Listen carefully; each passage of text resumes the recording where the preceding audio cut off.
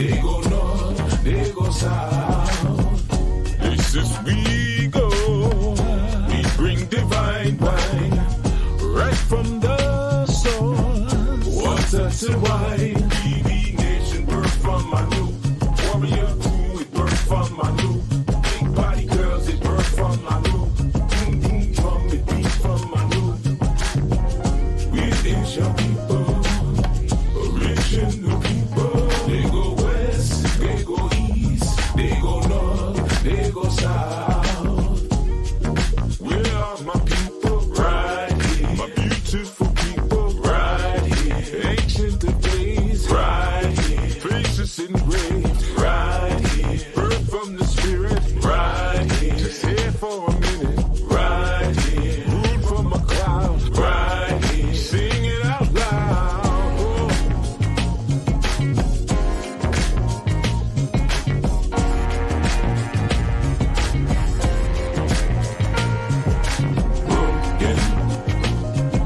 Scattered, but we still not forgotten. Yes, we scatter, no matter. Right from the source, we scatter, no matter. We is your people, original people. They go west, they go east, they go north, they go south. Right here. If you don't know where you're from, right here. Talk to your elder. Right here. And if you don't know where to go, right here. Talk to your elder. Right here. We build the kingdom. Right here. A million families strong. Right here. Living the culture. Right here. Of giants from the stars.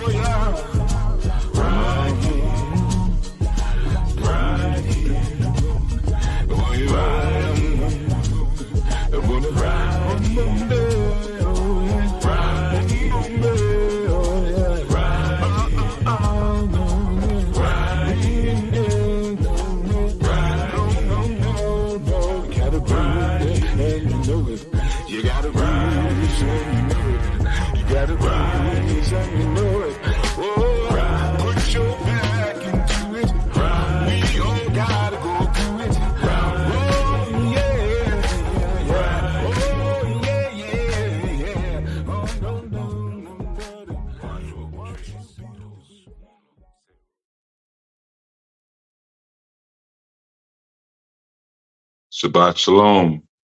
Welcome, everyone. Welcome. I'm Chief Yuya, and you are riding with us on our every 6-day study session or build session. I'm going to call it a study session because a lot of times we don't dig in the same way that we do internally, but definitely a build session. Give thanks for the number one in the chat. I see it, so that means that I can be heard. Give thanks for letting me know. And welcome all of you who are on your way. I know I kind of am tuned into the times of when people start to like pile in. So I know around with time, but it's never right in the beginning.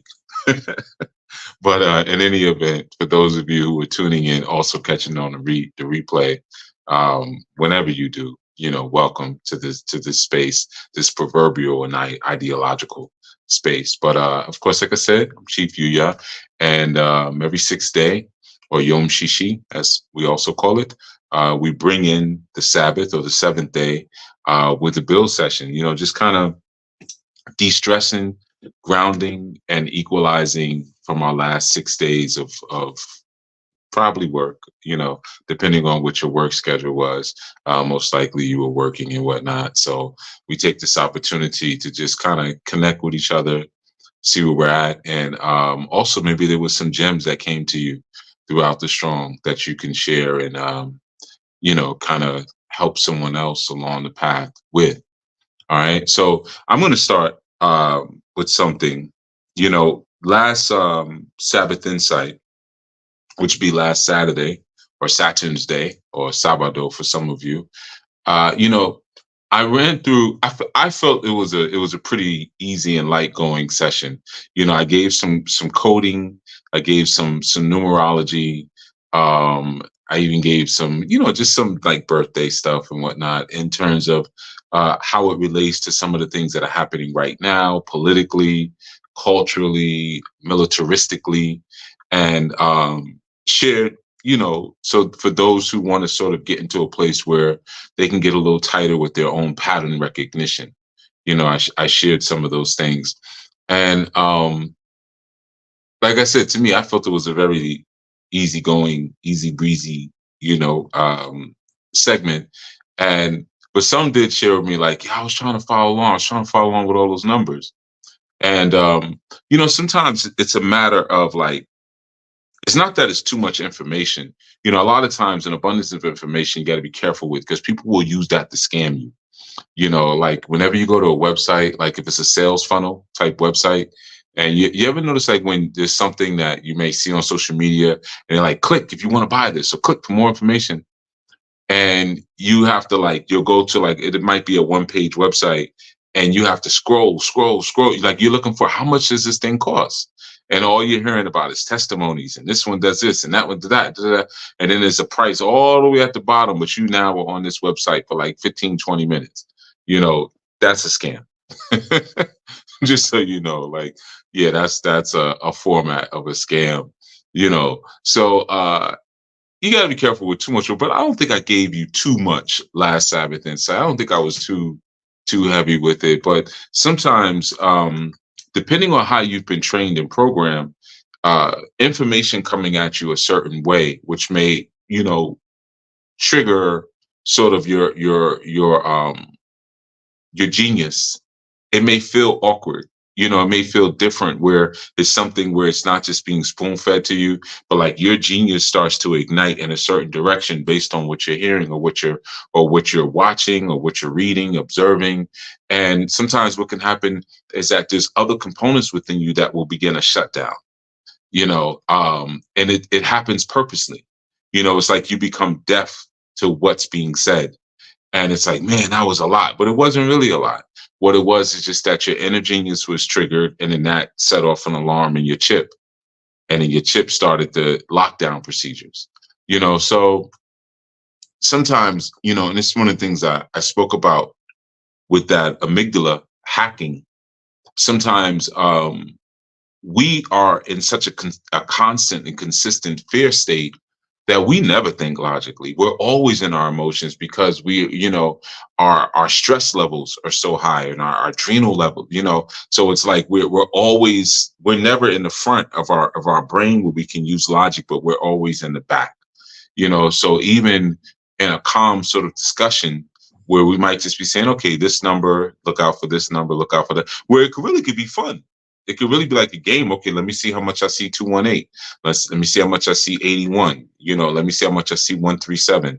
And let me, start to put it together. Or maybe I keep waking up at 7:31, or waking up at 8:21, or, or 2:18 in the dawning. And now you may have a little bit more, after watching the last segment, you may have a little bit more insight as to why some of those things were occurring.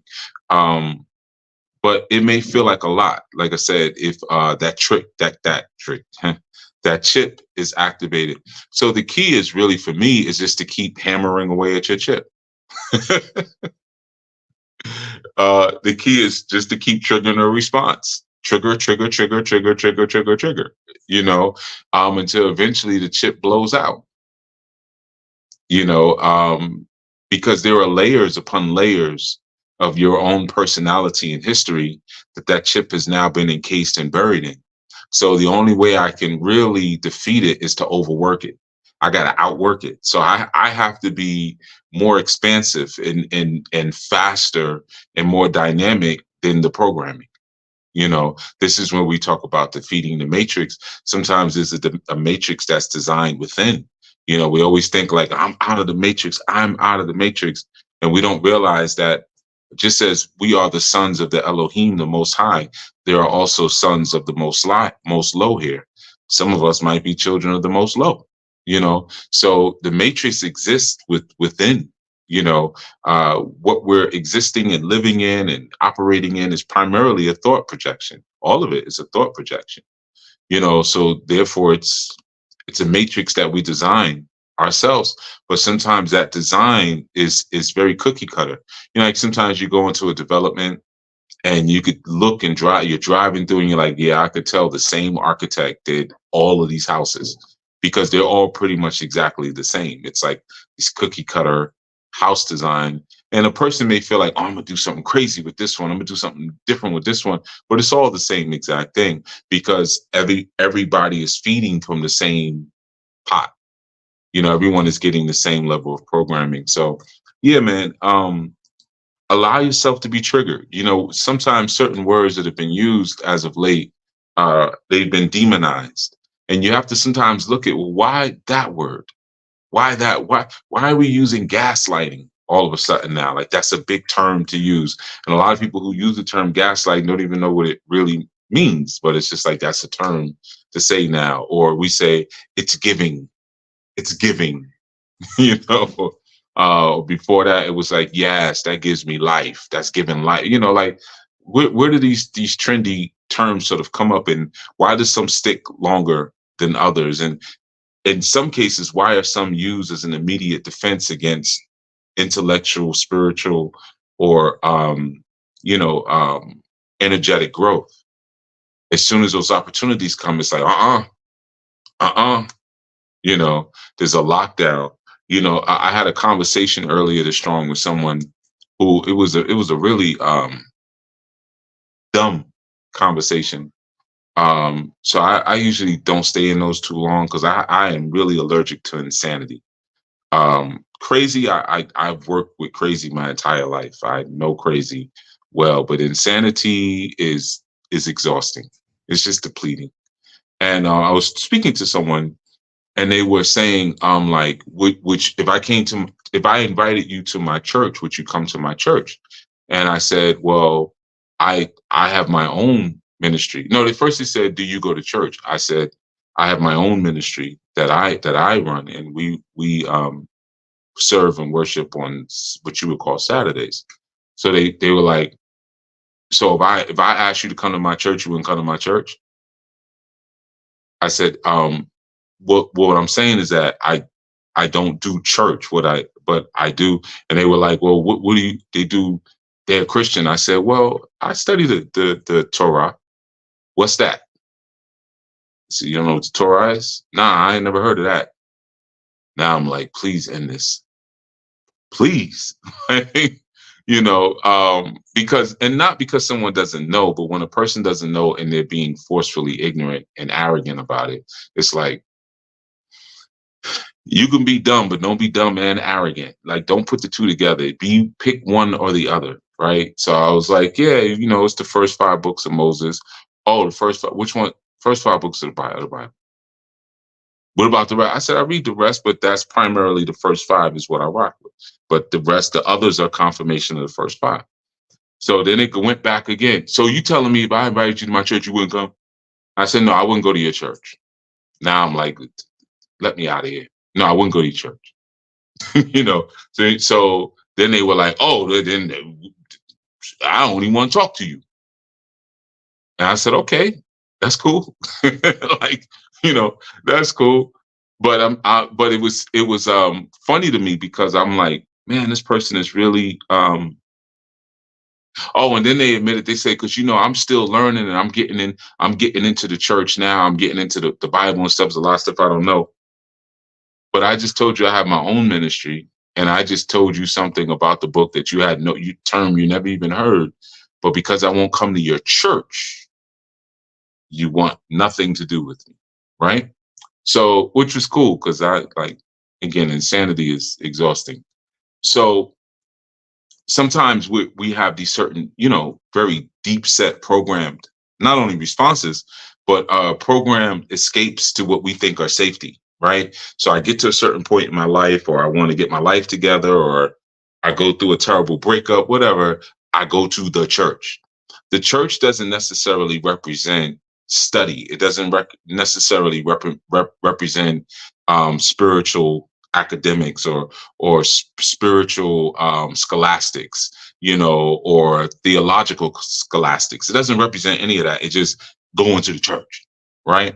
So someone may come who has gone through that level of religious academia or the scholastic aspect of what the theology says, and they're speaking like another language to you because you might feel like, I'm in the church, I'm good. So whoever's not in the church is bad, or is going to damage me in some way or take me out of the church. And I was sharing a story with someone and they were like, I don't really understand. Like, I don't understand what happened there. And I had to tell them, like, there are a lot of low IQ people in the world, a lot. And unfortunately, especially because of like the advent of social media, everybody has a voice. So you may not know how to pick out those who there's nothing going on upstairs from those who actually have put some work into cultivating and developing their mind, which is the whole point in us being here, is to learn to master the mind, and some don't care. They don't care at all, or they might approach something and they're used to a yes or no, right? Is it good or is it bad? Just tell me so I can, and there's just absolutely zero mental cultivation. So therefore they stay addicted to very dangerous kinds of habit forming, activities, so in the whole world, your whole life on the planet is about habit. That's just what it is. It's about habit. When Adama and Hawa, or Adam and Eve, first came to the self-realization that they were not clothes, so therefore they were slaves because they had no clothes on. They were slaves. They wanted clothes. Immediately they wanted habit, a habdashery, where you get the word habit, habdashery, habit. Habdashery are your clothing, right? They wanted raiment. They wanted garments immediately. Right. So once they fell, they, from their state, and they began a journey as like real corrupted earthlings, the first thing they got into was habit. Habit. It's the first step. So it's the same instance, man. Like here on the planet, everything that we do becomes addiction. Like everything we do becomes addiction. Sometimes we brag about our addictions. Like, yeah, people be like, hey, man, yeah, I drink a gallon of water a day. I drink a gallon of water a day. Yeah, that's an addiction. That's addiction, Or I make sure I eat 3 servings of fruit every day, or 3 servings of vegetables. Yeah, that's a habit. That's an addiction. So everything that we're experiencing and we're going through this walk is addiction. That's the planet. So the more you learn to master your mind, the more you learn to extract yourself from the cycles of habit and the cycles of addiction. And sometimes your very words become addictive, man. You go to church? You believe in Jesus? Whether we know what the heck we talking about or not, like that's just what is to be said, And so it was just a very like I said, a stupid conversation, if you want to call it a conversation. And I'm only very thankful to the Creator and to my mother and father, my cosmic spiritual mother and father, because I've been able to make it to an age now where I am perfectly okay with not being in alignment with stupid people. You know, there was an age where it was like you try to really get people to understand. Like, wait a minute, no, hold on, I want you to understand. Now it's like, all right, all right, cool. Because the kingdom needs all sorts of people for it to run, and it needs brilliant people, but sometimes you need some dumb people too. Because you need some people dumb enough to do certain jobs. Like, who's going to go up on the top of the pyramids and clean the Macabre stone? All the smart guys like me, I ain't going up there, man. You know how far that is, man. Look, let me calculate. Let me get my abacus. And that's how many feet you would fall, with the rate of the wind and all of that and the trajectory. And the dumb people be like, how much they paying? Oh, they pay a shekel a day? Man, I'm going up there. You see? So come one, come all. We got a place for everybody. Like I said, you need smart people, you need dumb people, but I'm in a space now where I feel no alignment with dumb people. But I wanted to share something really quick, and I'm gonna let you brothers, kick the woolly bobo. But I was sharing like some the number codes on Last Sabbath Insight. Well, not all of them, but just a few, just to keep your eye on.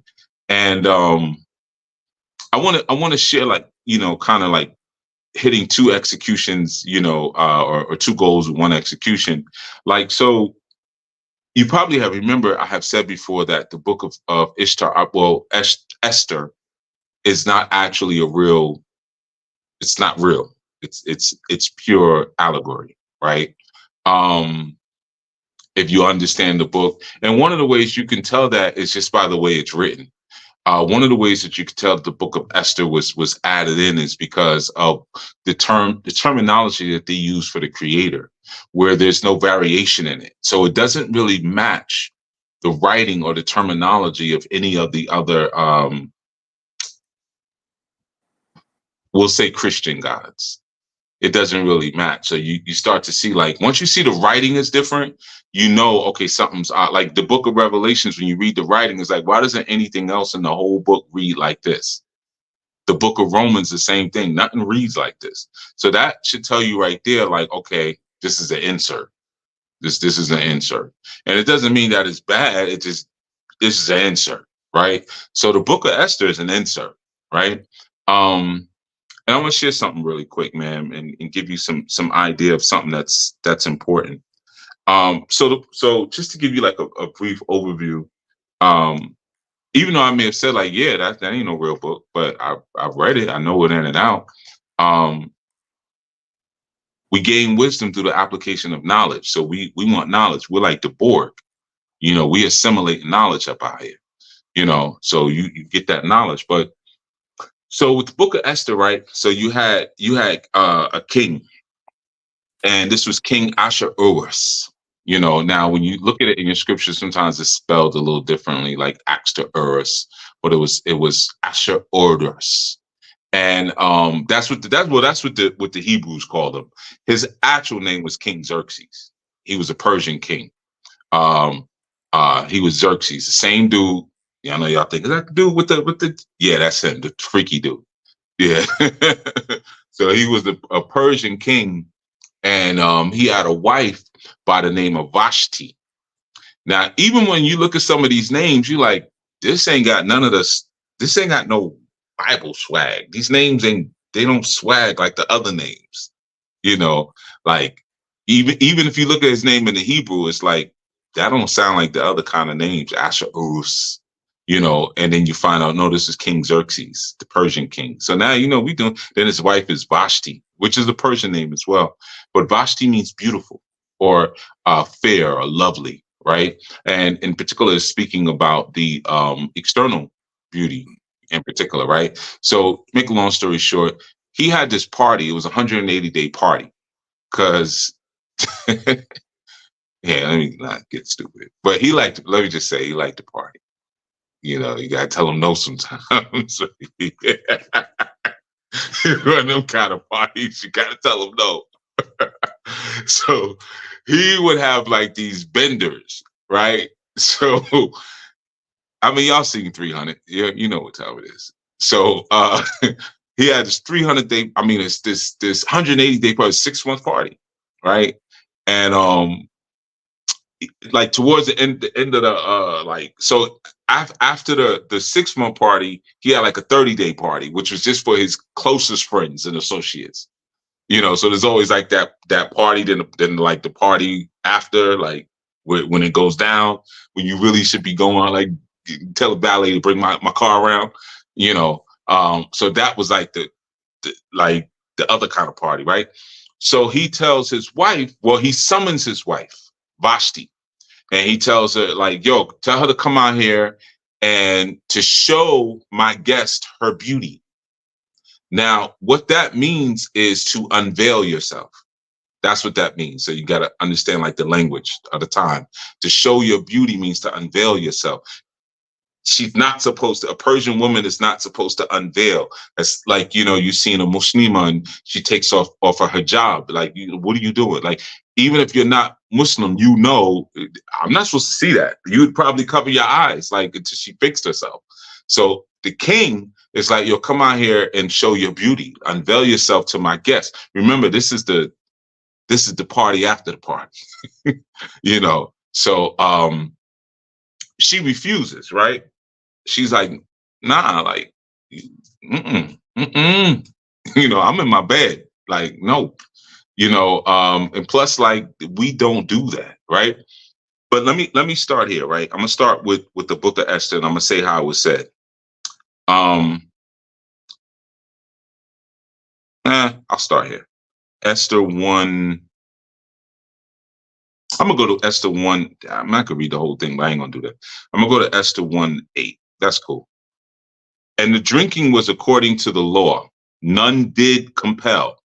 For so the king had appointed to all officers of his house that they should do according to every man's pleasure. Also, Vashti, the queen, made a feast for the women in the royal house, which belonged to King Ashur-us.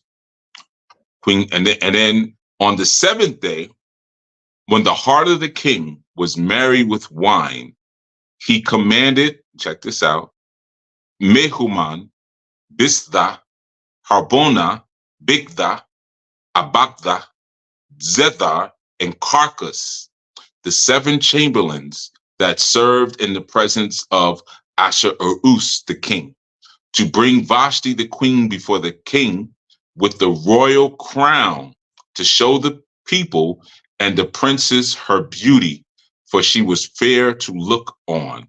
But the queen Vashti refused to come at the king's commandment by his chamberlains. Therefore was the king very wroth, and his anger burned in him. Then the king said to the wise men which knew the times, for so was the king's manner towards all that knew law and judgment. And the next unto him, watch this, was Karshena, Shethar, Admatha, Tarshish, very important person, Meris, Marsina, and Memucan, the 7 princes of Persia and Media, which saw the king's face and which sat first in the kingdom. What shall we do unto the queen Vashti according to the law, because she hath not performed the commandment of the king Ashur-us by the chamberlains? And Memucan answered before the king and the princes, Vashti the queen hath not done wrong to the king only, but also to all the princes and to all the people that are in the provinces of the king Ashur-us.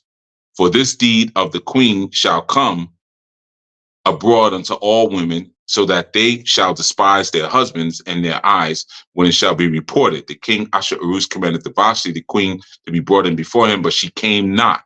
All right, so I'm gonna cut there. So let's start with, and I'm just gonna give you some of like sometimes stuff that's in front of you that you may not catch, right? On the 7th, see, this whole book is about the being illuminated and the mastery of the body. So when you see that number 7, like I told you, 7 is dealing with the prison of humanity, but 7 is dealing also with the perfected human body.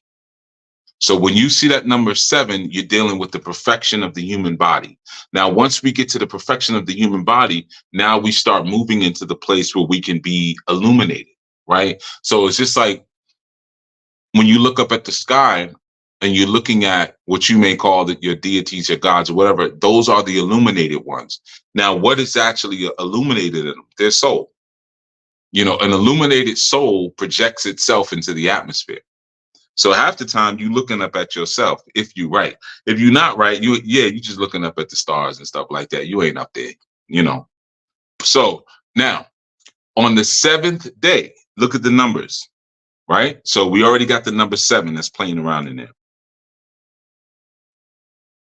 So he commanded Mehuman, Bithda, Harbona, Migdva, Abagda, Zethar, and Carcass, the 7 chamberlains. Now, what a chamberlain is a eunuch. A chamberlain is a castrated male. Okay, so he sent 7 eunuchs to go give a commandment to his woman, right? Because specifically, it said like, I'm not obeying your chamberlains. Now I'm gonna tell you why the chamberlains are not obeyed, but we're gonna get there in a second. It's gonna be quick, don't worry. So next to him, so after she was like, nah, I'm good. I'm not coming down there and twerking for your friends with my veil off. All right. You know, so we're not doing it. Twerking with the turmeric tattoos, twerking on turmeric, doing my new smash hit single. So she said, I'm not doing the turmeric twerk. So then next to him was Karshina, Shethar, Admatha, Tarshish, Meres, Marsina, and Memucan, the 7 princes of Persia. So, okay, so what you see is that he sends to her castrated males, and they had no power to get her to do anything. Why? Because they were castrated. There were 7 of them. But the guys who were next to her, who were the princes of Persia, there were 7 of them. So from the rip, we already seeing, oh, this is about physical beauty, of course, because he says, come now, show your beauty. And she's like, mm-mm, mm-mm, mm-mm. And even if I was, I'm not following commandments from someone who's castrated. Now you can take the translation of castration into different areas if you want, and I'll let y'all play with that, you know. But the princes of Persia, right? The prince of Persia is very important. It's a very important concept. King Xerxes came under the constellation, or we'll say, who came under the energy of Leo. We'll put it that way. Now, Leo, as you probably know, represents authority, right? It's the king. You know, like we say, the king of Yehuda, the king of Judah, or the lion king. So essentially, Xerxes was the lion king, right? And what happened was, the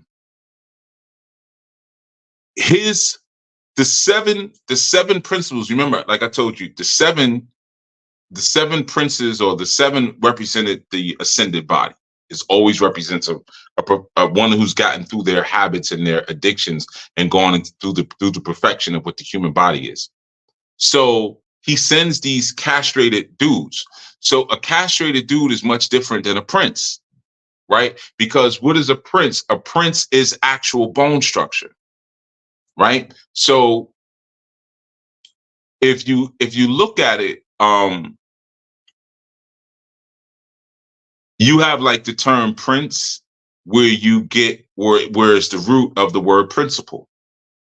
And principles are where we get our power from. Our power comes from our projection and our living by the right principles, which is the job of the king. So when a king has sons, he now has power, because the king already represents power. He represents authority, but not necessarily power. Because then we read later in Esther to talk about the scepter. The scepter is another breakdown. I'm not getting to it right now. But the king himself, King Xerxes, was authority. His princes or his principles were his power. Right. So that was the correlation. That's why the king always has male heirs, because the male heirs are his principles. So now he has 7 principles, but when he's going to tell Esther to do something foul, unveil yourself, in front of all of these people, he sends these castrated eunuchs, whatever you want to translate that into as today. Okay, so you imagine you just got a bunch of Billy Porters and RuPauls going down the hallway, Esther, wake up, girl, Esther, and she's like, if you don't get your, you know what I'm saying? On up out of here. No, but next to him is his power, his princes, his principles, right? So, of course, we know how the story goes eventually. I'm not Esther, Vashti. Vashti, girl, Vashti, wake up, girl, So, so he basically, there's 2 versions of the story. One, he sends her away, which is like it's a reflection of the Adoma and Hawa story, the Adam and Eve story, where the woman was rebellious, so she was sent away. And then in other stories, she was executed, right? And then he's like, man, I done ran out of wives, I need another one. So that's when Esther comes into play, because Mordecai, her uncle, was keeping her preserved and all that. And then the story goes into Esther and stuff like that. But again, the numbers mean something. The numbers always mean something, right? Those are the 7 bone structures within the body, the 7 princes or the 7 principles, right? But then even in name, if, I know I spoke a lot the last couple of sessions, like on Sabbath, about, Masonic Freemasonry and different societies, the Druids and the Druze, and which they're not the same people. The Druze are a sect of Muslims, we'll say, is Islamic adherents. Those are the Druze. And then you have the Druids. There's a different group, right? And I spoke like a lot about different societies, but like you even have like the Eastern Stars. Some of you may have aunties or grandmothers and mothers, who were Eastern Stars. Well, if you look on the logo of the Eastern Star, the 3rd star is supposed to be Esther. And it represents purity, sacrifice, and love, though, like I said, there's always the exoteric and that's the esoteric. So you believe what story you want. But the very title and name of the Eastern Stars is just in total the name Esther. Esther is Estar or Ishtar. Ish or Est is East. Star, East Star, Eastern Star, where you get Easter, Easter, Esther, Ishtar, Astarte, so just in name itself, you're talking about the East. The star represents the soul, and the East represents illumination or enlightenment. So the Ishtar, Estar, Eastern Stars are the illuminated souls. That's supposed to be the concept there that's represented to you, But yeah, I just wanted to give an example of like the numbers, man. The numbers are always, they're always in your face, but sometimes you read through it quick, or you might have like, when they list people's names, you might be like, I skipped that part. All right, what happens next in the story? I'm not going to remember all them names, right? Yeah, exactly. Or, this one begot that one. This one begot, with the begots, But it's like everything is built around bloodlines. But in this story, what they're showing you is a comparison between 7 castrated males, 7 eunuchs, and 7 principles. And the power that the principles have, whereas the eunuchs, the castrated, the males who had no principles, they had no power, no authority when it came to a queen. Someone who's living as a queen. So it took those with principles to do the dirt, really. Yeah, man. So I just wanted to share that. Shabbat shalom, brothers. Shabbat shalom. How y'all doing? Already. I'm tight. Everything's well, man. Yeah. Cool. That was an interesting story. I never read Esther. I always skipped it, but it was like the Bagats. So it's like, well, whatever, Esther. I always used to skip that book. So this is like new to me, but I found it interesting. You said 7 was either the prison that you're in or the perfection of the human body, and I thought it was interesting that his principles, like, they still reflected him, like what side of that scale he was on, because there was like, nah, she didn't just disrespect you. She disrespected every man in the kingdom, because now all of their wives are going to look at her like, well, the queen ain't listening. Why I got to listen to you? The queen ain't listening to her husband. Why I got to listen to you? Right. How it spreads. Or the fear of it spreading. You know what? You got to pull.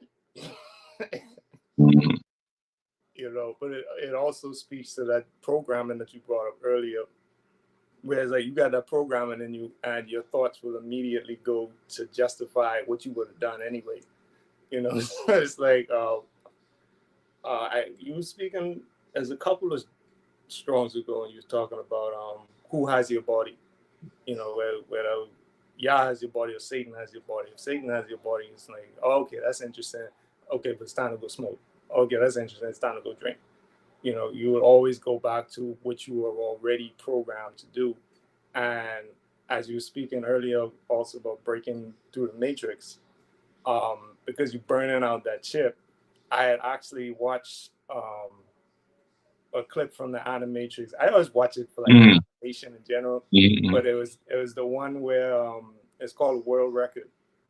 You know, the one with the sprinter. Where he's running. Yeah. But he's telling them, like, you can't run this race. You run this race, you know, it'll be the last race you ever run. Right. You know, you burn yourself out, and he goes on. He runs anyway. He ruptures one of his quads, I think, and he gets up and he starts running faster than he was running before he fell. You know, and then the agency, like, he's breaking through them. He's going too fast. You know, he's burning through. He starts seeing the code and everything, and his brain his brain is processing like something's off here. You know, and he kind of wakes himself up. You know, the machine is like, they gotta put him back to sleep. And even when he, because he falls and crosses the finish line, so he still wins the world record. But now at the end, he's in a wheelchair. But they try to erase his memory, and at the end, he still manages to utter the word like free or freedom, and he starts to stand up anyway, even though his legs bolted to the wheelchair, because right, it risks so much damage just by moving his leg or flexing a muscle in his leg. And he stands up and he breaks the bond. He falls, but it's like he keeps burning out his chip. You know, he keeps going forward, pressing forward towards freedom. You know, that came up to mind as well as you were speaking about, you know, just burning out that chip. And just burning out the chip. Absolutely. Oh, well, for me, hey, I was waiting for this one. I was waiting for this talk because you said a lot of things last strong sheep. That I was like, hey, yo, I know what you're talking about. You know, especially that story about Saladin. You know, I was like, oh, when he, you know, tries to occupy, you know, Mastaya Fortress. You know what I'm talking about, and then, you know, they get to him, you know, and then there's an alliance between him and the Hashashin after that, you know what I'm talking about. But not only that, you know, it was everything from the Hospitallers, you know what I'm saying, because, you know, as you talk, it you sort of understand other movies like Kingdom of Heaven, because there is the Hospitaller Order in the movie. Right. Which is just the Red Cross, your modern day Red Cross. Exactly. Yeah. You know, and when you was talking about the Hellfire Club, you know what I'm talking about, which you know what I'm talking about, and then seeing how they got down in them caves, and then I thought about the movie Eyes Wide Shut. You know, that scene where I was like, that's what that's talking about. You know, you just be like, oh, you know, like, oh. But yeah, man, like, also Ben Franklin was doing that. But when you was talking about Frankenstein, it made me remember when I was in Louisiana, and I was converting records into CDs for my professor, and he had a record called, Dick Gregory at Kent State, Ohio. And Dick Gregory was talking about, him and his kids going to movie to see Frankenstein, and how he was like, when I saw Frankenstein, I got scared, but the kids are like, Frankenstein, Daddy, Frankenstein. And he said, why? Because I didn't have the wisdom to be afraid of who the monster was afraid of. And who was Frankenstein afraid of? Bela Lugosi, And I was like, exactly. And then you say, yeah, Frankenstein, the real monster was, scientist. The scientist, like, Dr. Frankenstein. Exactly. I'm talking about Benjamin Franklin, right? Yeah. So for me, it's like, yeah, you're gonna meet a lot of slow people, especially, they want you to, Chief, you gonna come to my church? Ain't you saved and sanctified, brother? Right. Have you heard the good news? Some people just don't want to let go, and they don't want to unplug, and they don't want the real knowledge, you know what I'm talking about, of everything. You know what I'm talking about? Like for me, I didn't know, that the augurs, from Roman from Roman history, that was a whole priesthood and even a college. You know what I'm talking about? And then all of a sudden, because I know Julius Caesar was an augur, and then he was Pontifex Maximus, and then that title alone was given to the Pope. You know what I'm talking about? And it's just, you have all these things, and they're right in front of you, and you don't even know where they come from, what they mean, and it is all a different meaning, and it all goes down some rabbit hole which you don't even want to go, but you should go in order to explain and know what you are doing. Why birthdays? Why Sunday? You know what I'm saying? Why do you say week? You know what I'm saying? Oh, and then I remember when you had that dang on that picture of that Templar being burned. I was like, oh, that's the Grand Master that was burned by the French king. He was tried for sodomy. And then that's when they burned him and whatnot. Friday the 13th. Right. It was like, man, it was just a lot. It was a lot. I can get into it all, but it's just a lot. But that's the thing about seeking the knowledge. You want, like you said, you want to be like the board. I'm talking about. Me personally, I want to be a Klingon, but it's okay. You still want that knowledge. I just want that big dome. You know what I'm saying? But yeah, it get rough. rough. But yeah, man. So that's all I got. I'm done. So. I knew it. I knew he was about to end it right there. Peace to the chief. Shalom, brother. How you doing? I'm living well, man. Today has been peaceful. Yeah. I feel pretty charged up, man. Recharged. Right. Okay. All yeah. Right. I got Master Intellect, got Akiel Karai. Let's do it then, man. Man, I like the way you teach. I really. Thank you, brother. I enjoy the way you break things down. I enjoy the sparks that start to fire off when you start pointing out different things. Sometimes I'm sitting there wondering if you're just speaking to me directly when you said you speak these things. I'm like, this brother must be sitting looking over. No, I'm not, brother. No, nothing personal, brother. It's just business, brother. It's nothing personal. All right, come on, then. Oh man, but that just a lot of thought began to surface as you were speaking, just as far as it started. I don't know why, it just made me think of like guarding your heart, of making sure that you, like when somebody tells you to do something, even going back from the signs and symbols that are all around you, and it made me think of that Cain and Abel, like evil is always at your front door.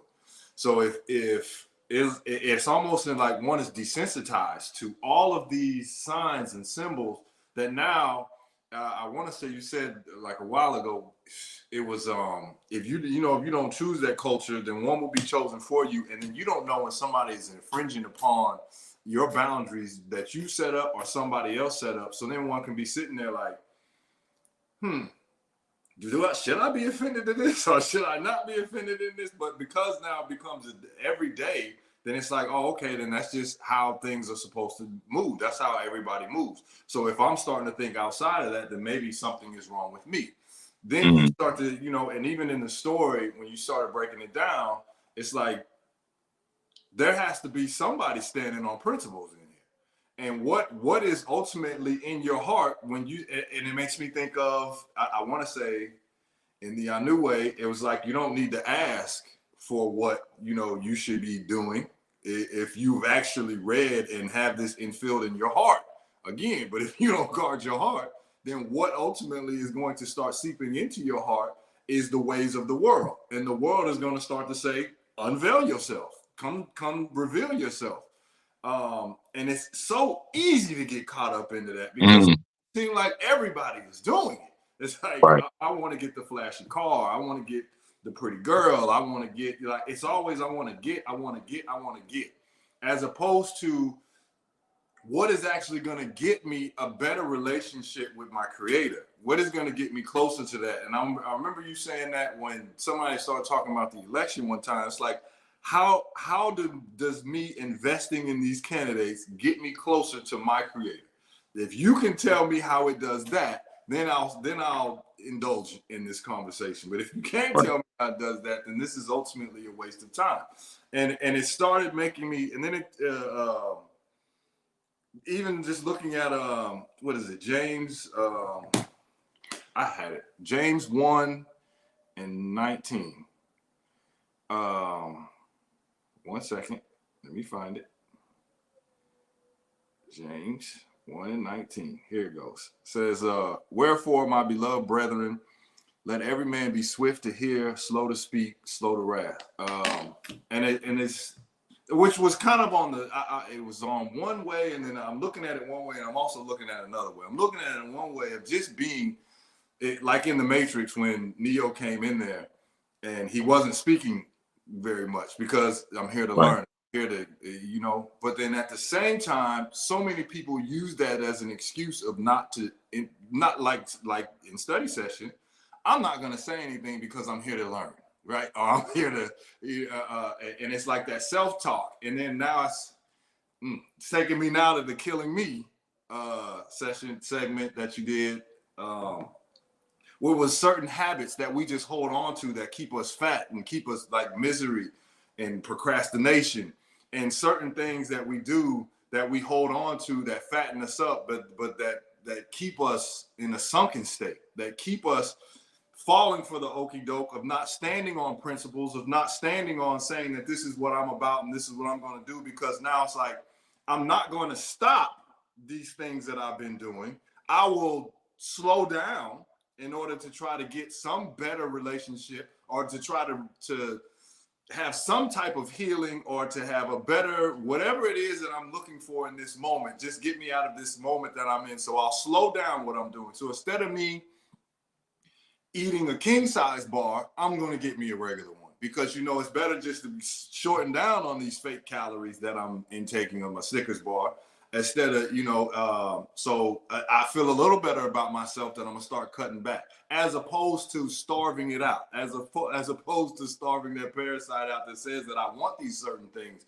And it's like, no, I cannot do this. And it's always going to be a fight. And it's not necessarily going to be a strong or a month that somebody feels like, if I just do this, then it'll go away for the rest of the time being. No, it's gonna be there. It's gonna be something that you're gonna have to continuously. So it goes back to your new way. Like, read this out loud every day. And if somebody is not on something, I'm gonna stop right, because I feel like I'm getting long-winded. But if you're not on something, so I'm sorry. But if you're not on something every day, that you got to see, like when you was breaking down the symbols, then what else are you ingesting every day? When whether consciously or unconsciously, that is now seeping into one's heart of saying, yeah, unveil yourself. Absolutely. It's not a problem to do it. Just go ahead and show yourself. You're cool, man. Don't worry about it. Look, nothing's going to happen. You don't got to observe the Sabbath. You don't got to do any of that. You can actually come down here and do it. And then wondering why, though, one's life is not the way that they want it to be. and keep questioning why am I not having, I at least I show up to these study sessions. I say, you know, Shabbat Shalom to everybody. Like, I'm in there just like him. Why am I not getting anything, receiving anything like everybody else received? So yeah, I'm gonna stop. But that's what it is. Just a lot that you were saying that started to spark different streams of consciousness.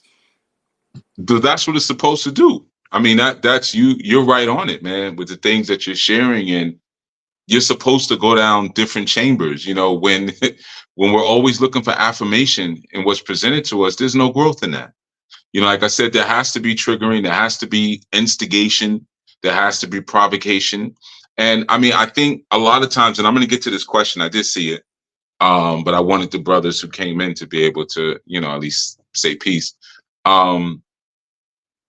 A lot of times, man, and I think it's a very sad state of affairs that we're in as men, with the sheer lack and scarcity of men. You know, a lot of times people don't understand that for men, we learn, like I've said before, through trial and error and through other men who are further along the path. But nonetheless, whether you're learning by way of trial and error or you're learning by way of other men who are further along, what's going to occur? Undoubtedly, what's going to occur is confrontation and friction. And we live in a time where so many guys are just like, you can tell like you didn't have a father or any kind of man in your life because you run top speed away from friction. When we say things like, well, iron sharpens iron, that's absolutely true.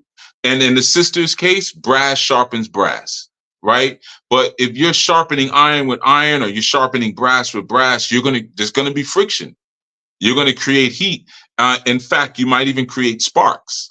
But what happens is that as soon as some weak castrated males start to feel that level of friction, or they see a spark come up, they run. What's going on? I'm on fire. I'm going to die.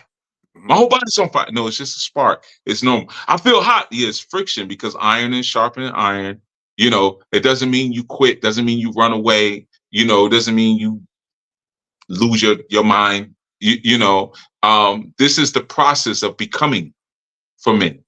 You know, like I said, whether you learn from another man further along the path, that other man further along the path is still going to turn and create friction by telling you probably you did something completely wrong. You need to do it over.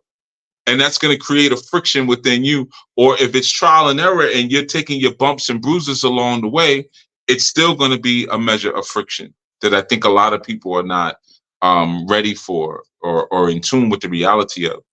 On to the question. So I would say, let me pull it back up.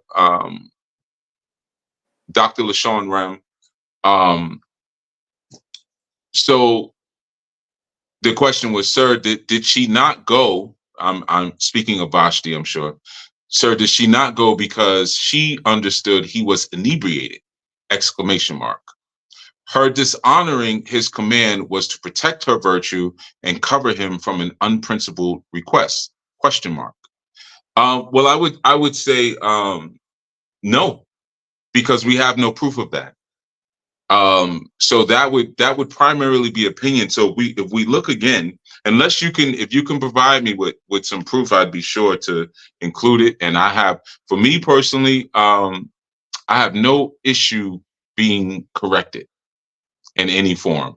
I grew up with father, uncle, grandfather, you know, so I am used to, I lived under critique, you know, so I like my iron sharp. So don't feel any way if you have something you want to pull up and show me where I'm off, I'm with it. You know, let's do it. But I'll go back to Esther 1:9, based on your question. Or I don't think it was a question so much, but based on your insertion, which is cool, you know, Esther 1:9. No, let's go to Esther 1:8, where I started. And the drinking was according to the law. None did compel. For so the king had appointed to all the officers of his house that they should do according to every man's pleasure. Everybody's drinking as much as you want or as little as you want, based on what this is said. Now, key here is, well, there's a couple keys here based on what you shared. Esther 1:9. Also, Vashti, the queen, made a feast for the woman in the royal house, which belonged to King Ahasuerus. She did the same thing he did. But they're Persian. The women don't party with the men. That was part of the offense there. That was part of the offense why she said, no, I can't go in there. There's men in there and unveil myself to these other men. And we don't even drink together. If you see, you have to understand the culture so you'll understand the context. You have to understand Persian culture. We're talking like 460, 465. This is the reign of King Xerxes, 465 BCE, right? So you got to understand what that culture is. Not to say that you don't. Maybe you do. You might have wrote a book on it for all I know. So I'm not going to make any assumptions. But when we get to we'll go. First of all, I already broke down the part like, no, she's not responding to eunuchs. So we can go. No, we'll go to 1 and 10. We'll just keep it linear. On the seventh day, when the heart of the king was merry with wine, I'm assuming that's what you're speaking about when you're saying that he was inebriated. But the scripture doesn't say that he was inebriated. It said that he was merry with wine. Now, if you look at the word marry and you look at the Hebrew translation that's used there, the word tob is there. The word tob means good, or it means pleasurable, or to be pleased, tob. Or what we sometimes also say is tov. You know, like when you say lala tov, like good night, boker tov, good morning, right? So tov is good. You know, so it says that his heart was good or pleasured with wine, not that he was inebriated. He commanded, you know, again, the seven castrated males. He commanded them that the ones that served in his presence to bring Vashti the queen before the king with the royal Kether crown, or the royal diadem, right? So he's parading her authority, but he's really making a mockery of her authority. Again, if you look at it within context, because crown there is translated into the Hebrew word Kether. I did a whole segment on what Kether means and breaking down that. You could check that out if you want. It's on YouTube. But says, hey, come down with your crown, which is your authority. And remember, the crown also represents wisdom. That's why the crown typically would have 5 points around it, representing that ascension, or that celestial information that is not necessarily generally open to everybody else, right? So this is important. Come down with the crown and show the people and the princes her beauty. Beauty, the word there that they use for beauty is Yafeh, for she was fair to look upon. Now, you would think that fair and beauty, they would use the same word, but they didn't. Beauty, they used Yafeh, and for fair is Tob, once again. So come and show us your beauty, because she is good to look upon. She is pleasurable. Remember, Tob means good. It means pleasure, pleasurable, or good. So like even when the Elohim said, let there be light, and so the light was good, or was Tob. It was the or the light itself was a pleasure. So when he's saying, come down unveiled, no one is supposed to see you unveiled, but come down unveiled, put your crown on, put your authority on, but come down as if you have no authority, because I'm going to parade you around unrobed in front of these people, because it is pleasurable.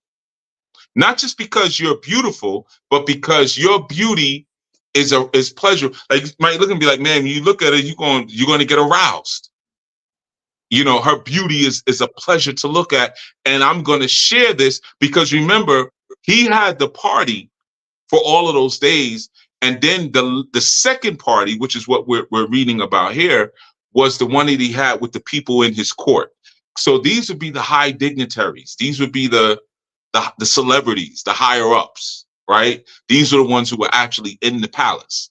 So he's saying, hey, come on down, put your crown on. It's almost like, you know, some role playing almost. Put your crown on, but unveil yourself in front of all these people who are not your king, who are not your husband.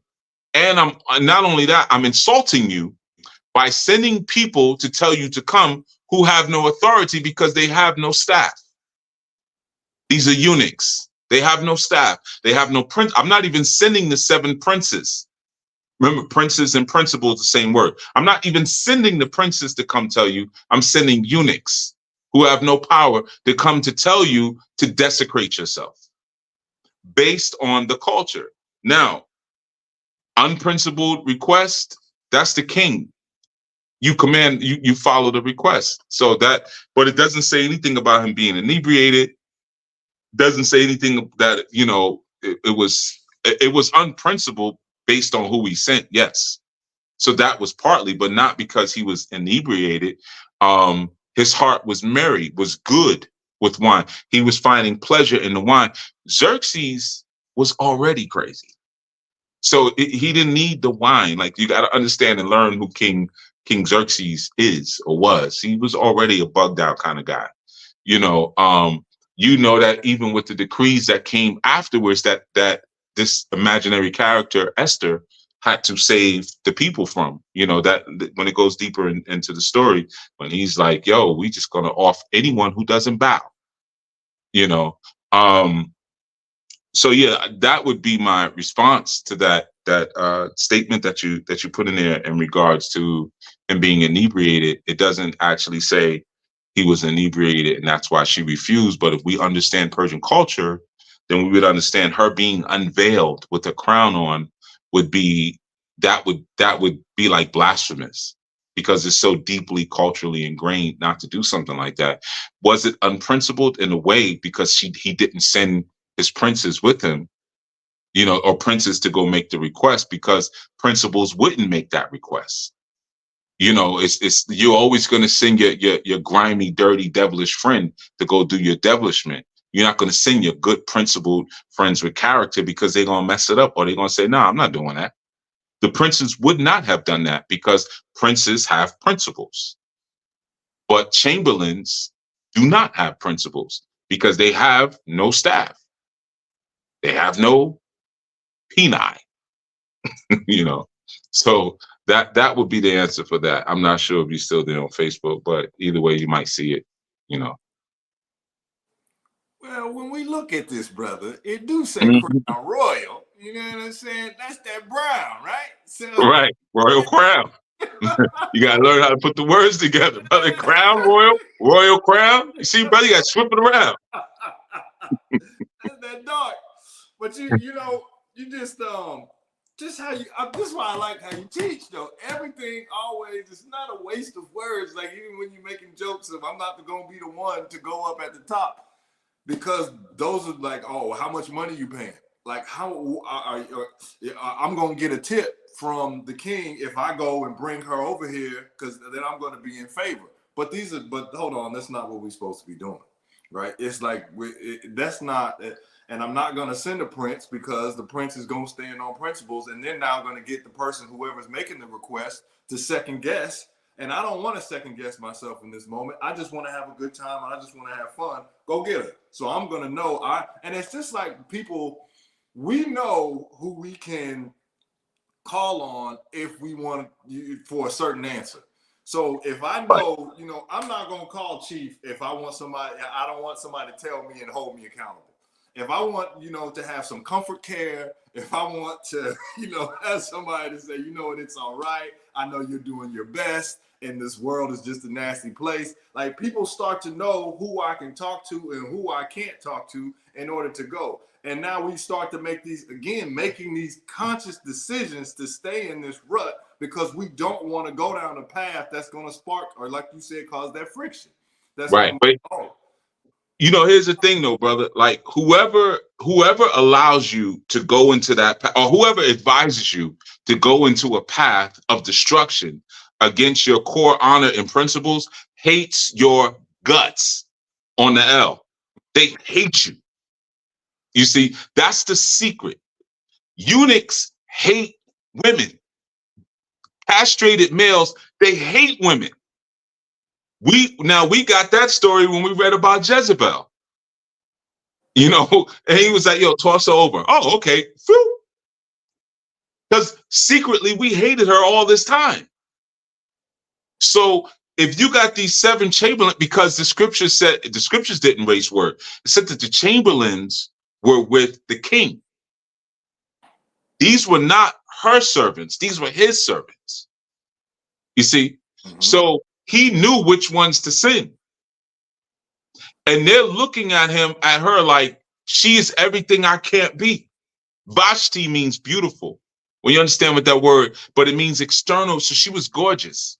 Vashti is an external gorgeousness. And you got these castrated males, these eunuchs. And this is what happens today. A lot of times you have these guys who hang around females and they have this resentment. They secretly have this jealousy because it's like, I'm trying my best, but I cannot be you.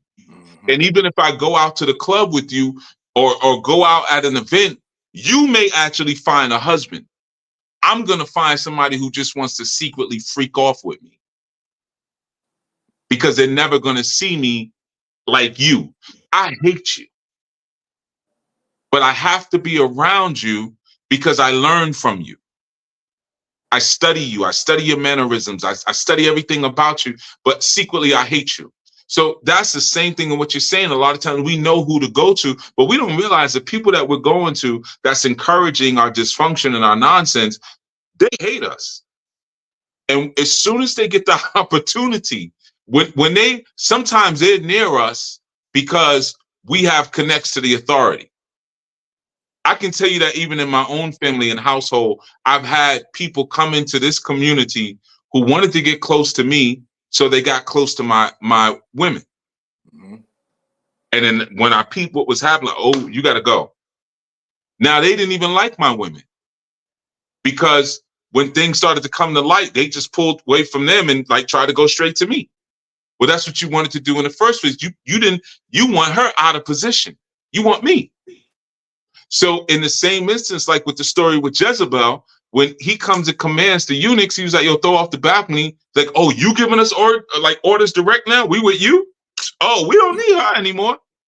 Because she was the plugs, she was the gateway to get to the king, to the authority. And now he's talking to us directly. Oh, she can go. So it's the same thing with this. When those eunuchs, when those chamberlain were approaching, they probably like, yo, it's about to be crazy. This is about, we gonna get rid of this queen right here. This is about to be crazy. You see? So a lot of times when you're getting what you think is affirming advice or guidance from these people, and they're always affirming towards your spiritual destruction, it's because they actually hate you. They hate you, but sometimes you're the blessings plug. They might find like, yo, whenever I'm around this person, stuff just clicks for me. I got a friend like that. Half the time I can't stand him. Like he is just, he's everything. He's the opposite of me. Super loud, mad, selfish. He don't listen. You know what I'm saying? But he loves me to death. Like he just loves me. Like, so it's like I can't like flick him off. He's like a booger. I shouldn't call him that, but like, that's messed up. I ain't gonna go that far. But but it's like, but here's the thing. Like, here's the usury. He's an artist too. Whenever I'm around him, I want to quit everything and just do my art. Cause he has that energy. It's always like, he's always like, yo, what you been working on? Like, play me something more. Yo, let's pull out the drums, let's pull out the instruments. And then that's all he does. But he travels around the world using different people, like sleeping on everybody's sofa till he wears out his welcome. Then he be like, yeah, he'll come. Yo, I'm in Brazil right now. Yo, I'm in Cuba right now. Like he's always taking some fly pictures, doing fly stuff, doing his art, and whatnot. And so every time I'm around him, I get charged up. Then I remember, like, I can't stand this dude. You know what I'm saying? Like, he'll start bragging or just being loud and like with places we should be whispering. It's just like, you know what? Right? So if I could get to the spirit that he has, and bypass him, I probably wouldn't be friends with him. You know what I mean? Like, what keeps you so charged up and selfish that you just do your art and like don't actually have an address and you're okay with that? You know, like what gives you the courage to do that? If I had that, I wouldn't be trying to live vicariously through you anymore. I wouldn't care. You know, so sometimes that's, you know, we might have that, or we might be that for someone else. Man, Chief knows a lot of stuff. I can get with him and learn. But I knew, man, it's too many rules, man. You got to wear your hair a certain way. You got to this, that, that. How can I bypass that and get right to the plug? You see? Mm-hmm. So whatever is in the middle, they actually hate. And it will come out eventually. You know, or it hates them too. You know. All right. Well, that is, you making me think of somebody who set their tent up next year. Hey yo, man, let me tell you something. If I didn't set my tent up next to you, would be by yourself. I'm not even Oh my gosh. You see, this is a guilty conscience. I'm not even talking about you. I'm talking about someone else. Okay, as I will fall back into my corner. He go with the dango audible. It was one time. I'm not even thinking about that right now. Like, that's so far from my thought. Oh. Okay. Right. But you telling on yourself. Right. Like, what? You always But it makes me think of, too, like, so many who keep that company around them. It's almost like something is feeding them as well, though. Even though that it hates them, they're gaining something from that, which causes some people to be like, I don't know, like when we're speaking about seeds of Satan, and so many people ask this question of, you know, how do I know? Like, you asked that question, what would you do if Satan, you know, if you had a conversation with Satan? I've also heard people, though, like, how do you know when you're talking to Satan? Like, you know, and it's like, you talk, like what you just was saying, you talking to him right now because this person hates you.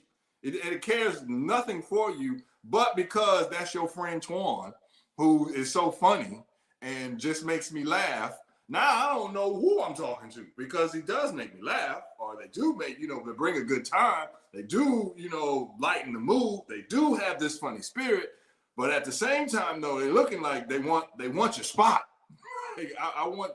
I'm just looking and seeing how I can take some of your mannerisms, take some of your charisma, take some of whatever it is that you have, and I want to take it so I can at least wear it. And then goes back to that, man, it's like when you're talking about what is this world trying to set you up for that they're going to introduce to you next. So it's like there's almost, now it's making me think of that with toxic positivity, where it was rooting for that girl from the Olympics. And she up there doing all of this like breakdancing, and she's not a breakdancer. But now you can't.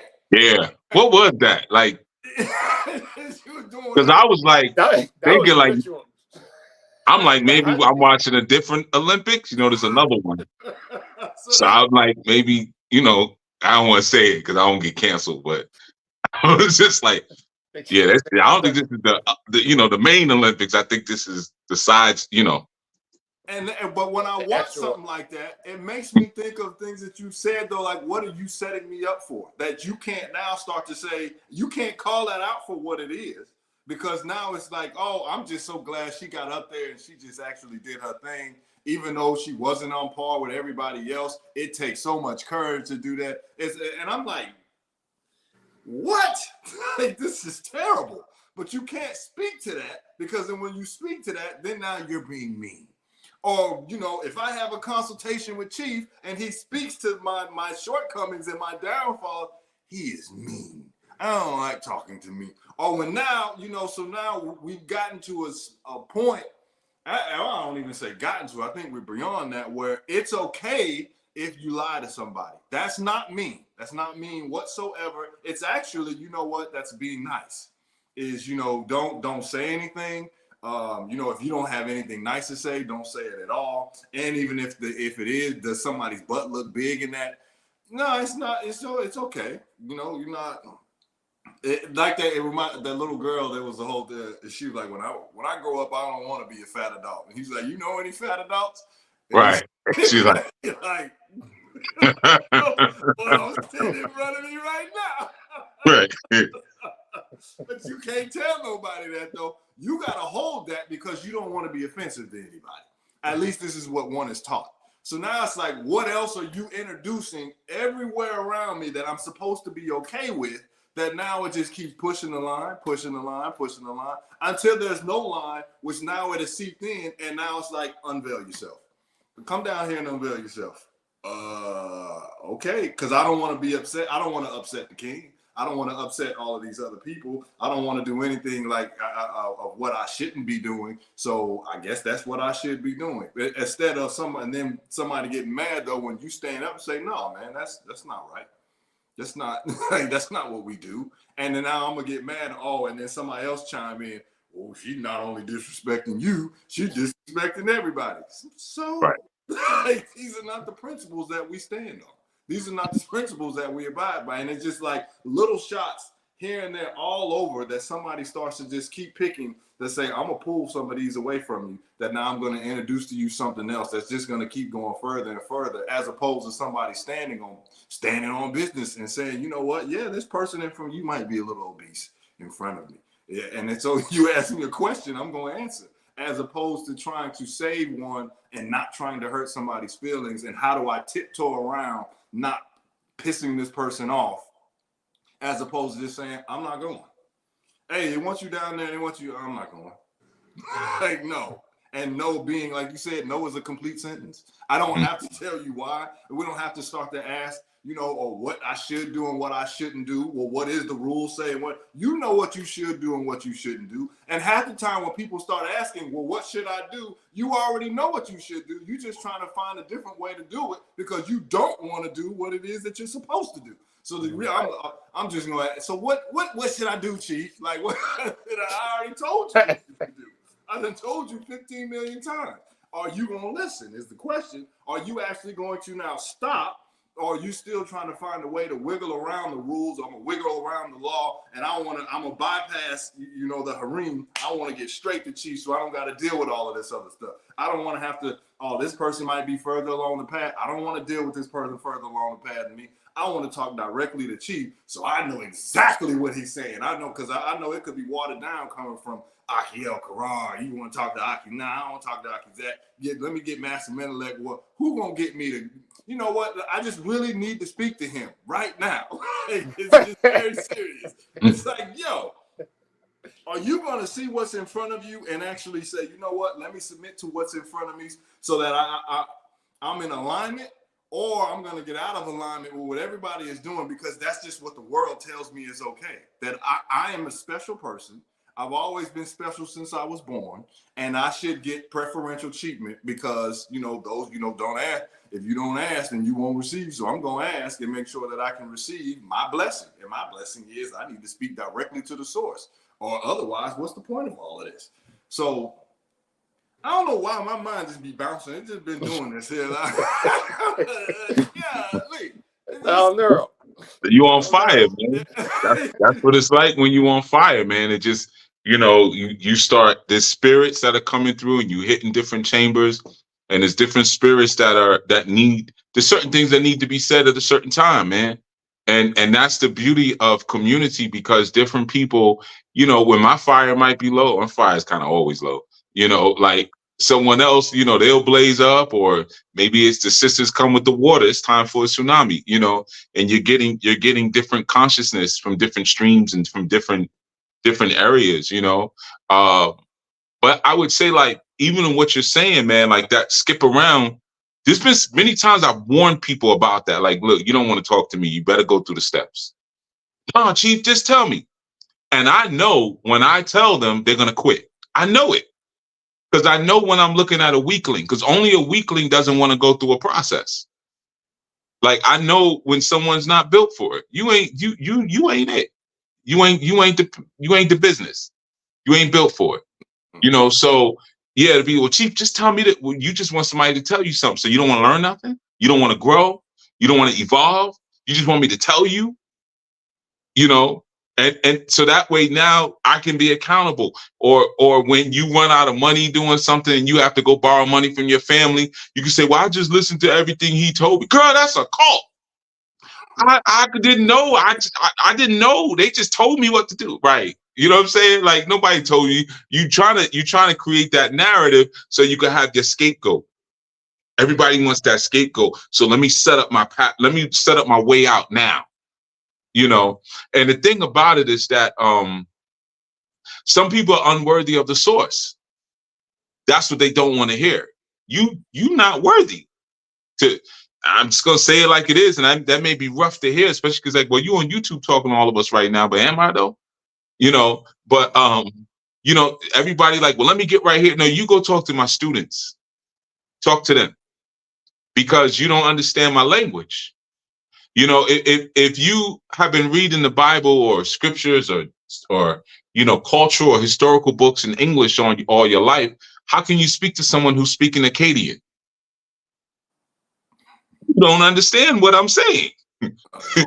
So you have to go through the schools of study to even get to a point where you can understand what the source is saying to you. Because if not, then it will all be parables. And parables are important. You know, even when we speak about the seven princes of Persia, like I said, they represented the 7 parts of the bone structure, right? Well, one bone that we have that's really important is called the sacrum. You know, we even have a chakra called the sacral chakra. And from the word sacrum, we get sacred, right? And from like sacral chakra is the genitals, basically, right? But they're sacred. But sacred is also where we get the word secret, right? But not only do we get secret and sacred and sacrifice, but we also get the word scared. So things that are sacred, sometimes we arrogantly, we want to run into it and not understand, like, it's going to require sacrifice. You haven't made the sacrifice yet. You can't go into the sacrum.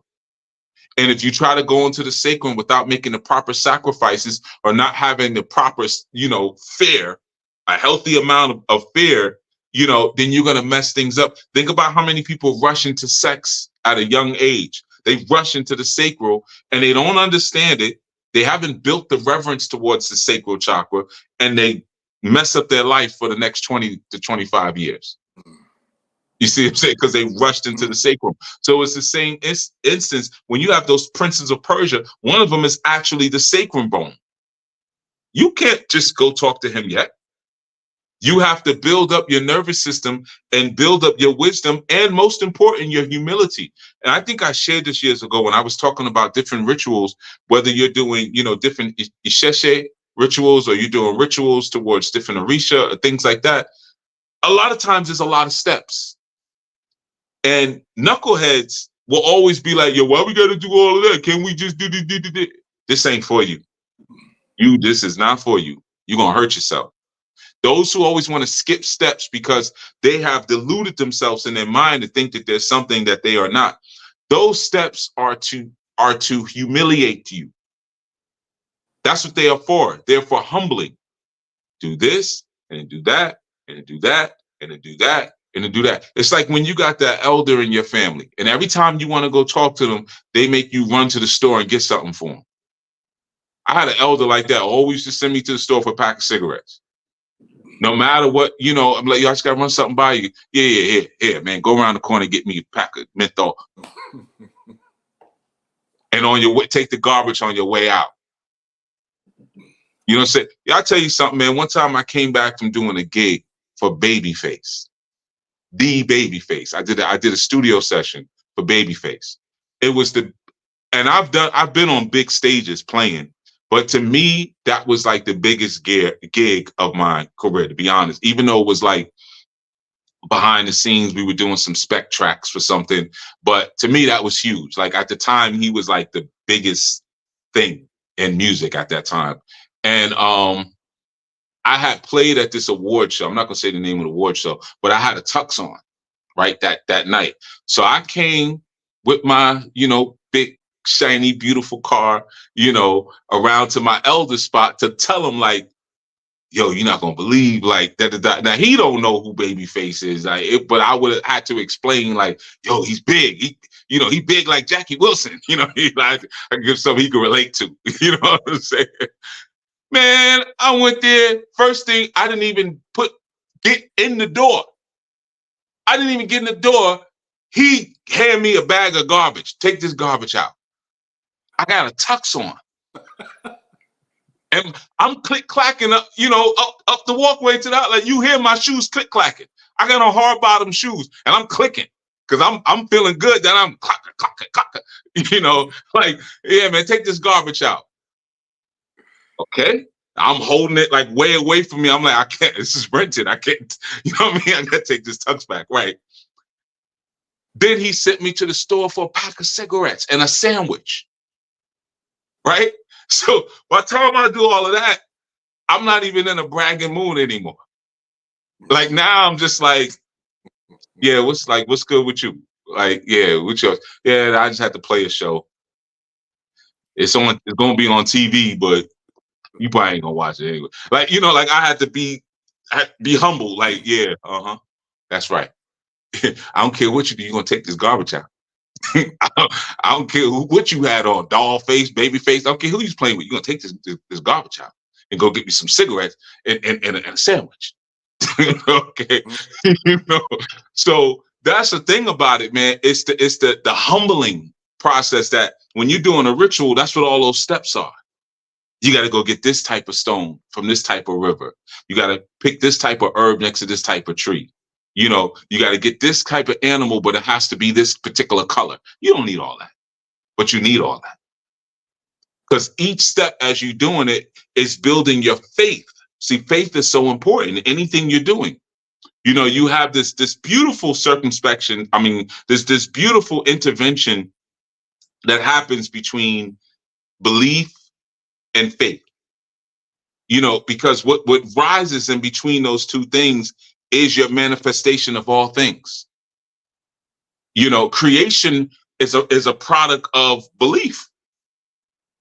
Honestly, it's a product of belief because it's like, I see this, I envision it, I have ordered it within my mind. Can you get it out of here into the three-dimensional reality? We've never seen this creation before. But I see it here. But how do you know that it can function there? I can't say I know because I don't know. I can't say that yet. I'm going to have to use belief. And I hate using belief, but I got to use belief. Without belief, there's no creation of anything new. You see? So each step is a humbling process to get you to your higher energy or your higher degree. But a lot of people, they want to skip. They would just go, well, come on, OG, I got a quick question for you. Go to, come on, man, I ain't got time for that. Let me just, yo, by the time I was here and it would have went, you could have answered it already with all this back and forth. You could have already answered the question. You know, we start doing ignorant stuff like that. You know what I'm saying? Because we don't realize OG seen you coming from the window. You ain't sneaking up on nobody. OG knew you was coming by. And OG knows the medicine. OG is original God. Your original God knows the medicine that you need. But you refuse to acknowledge it and believe it because you think that you have your belief is strong enough, your belief in yourself, even though you don't even know what self is. And OG is trying to give you knowledge of self. So your belief becomes into activated faith and true and living wisdom. But you won't let it go that far because you're arrogant. So you're always like looking, man, Moses, not Moses, Noah was preaching for over 120 years. Then he got on the boat. You know what I'm saying? Then he got on the boat and he heard cats. He was recognizing some of those voices. You know, he heard the boat. You know what I'm saying? Well, he recognized some of those voices. He was like, man, I told you for over 120 years. Like I told you how to get on. But you wanted to skip steps. And you don't see me skipping steps. I'm over here building this big behind boat, this ark, which was more than what we know it actually was, but we'll call it an ark for now. I'm building this big behind ark. I have to utilize belief. I got one of the Elohim coming to me on the side from the other Elohim and saying, look, hey man, this is how you build it, because this is how we build them in heaven. So if you build it like this, it'll be as strong as the ones that we use in heaven.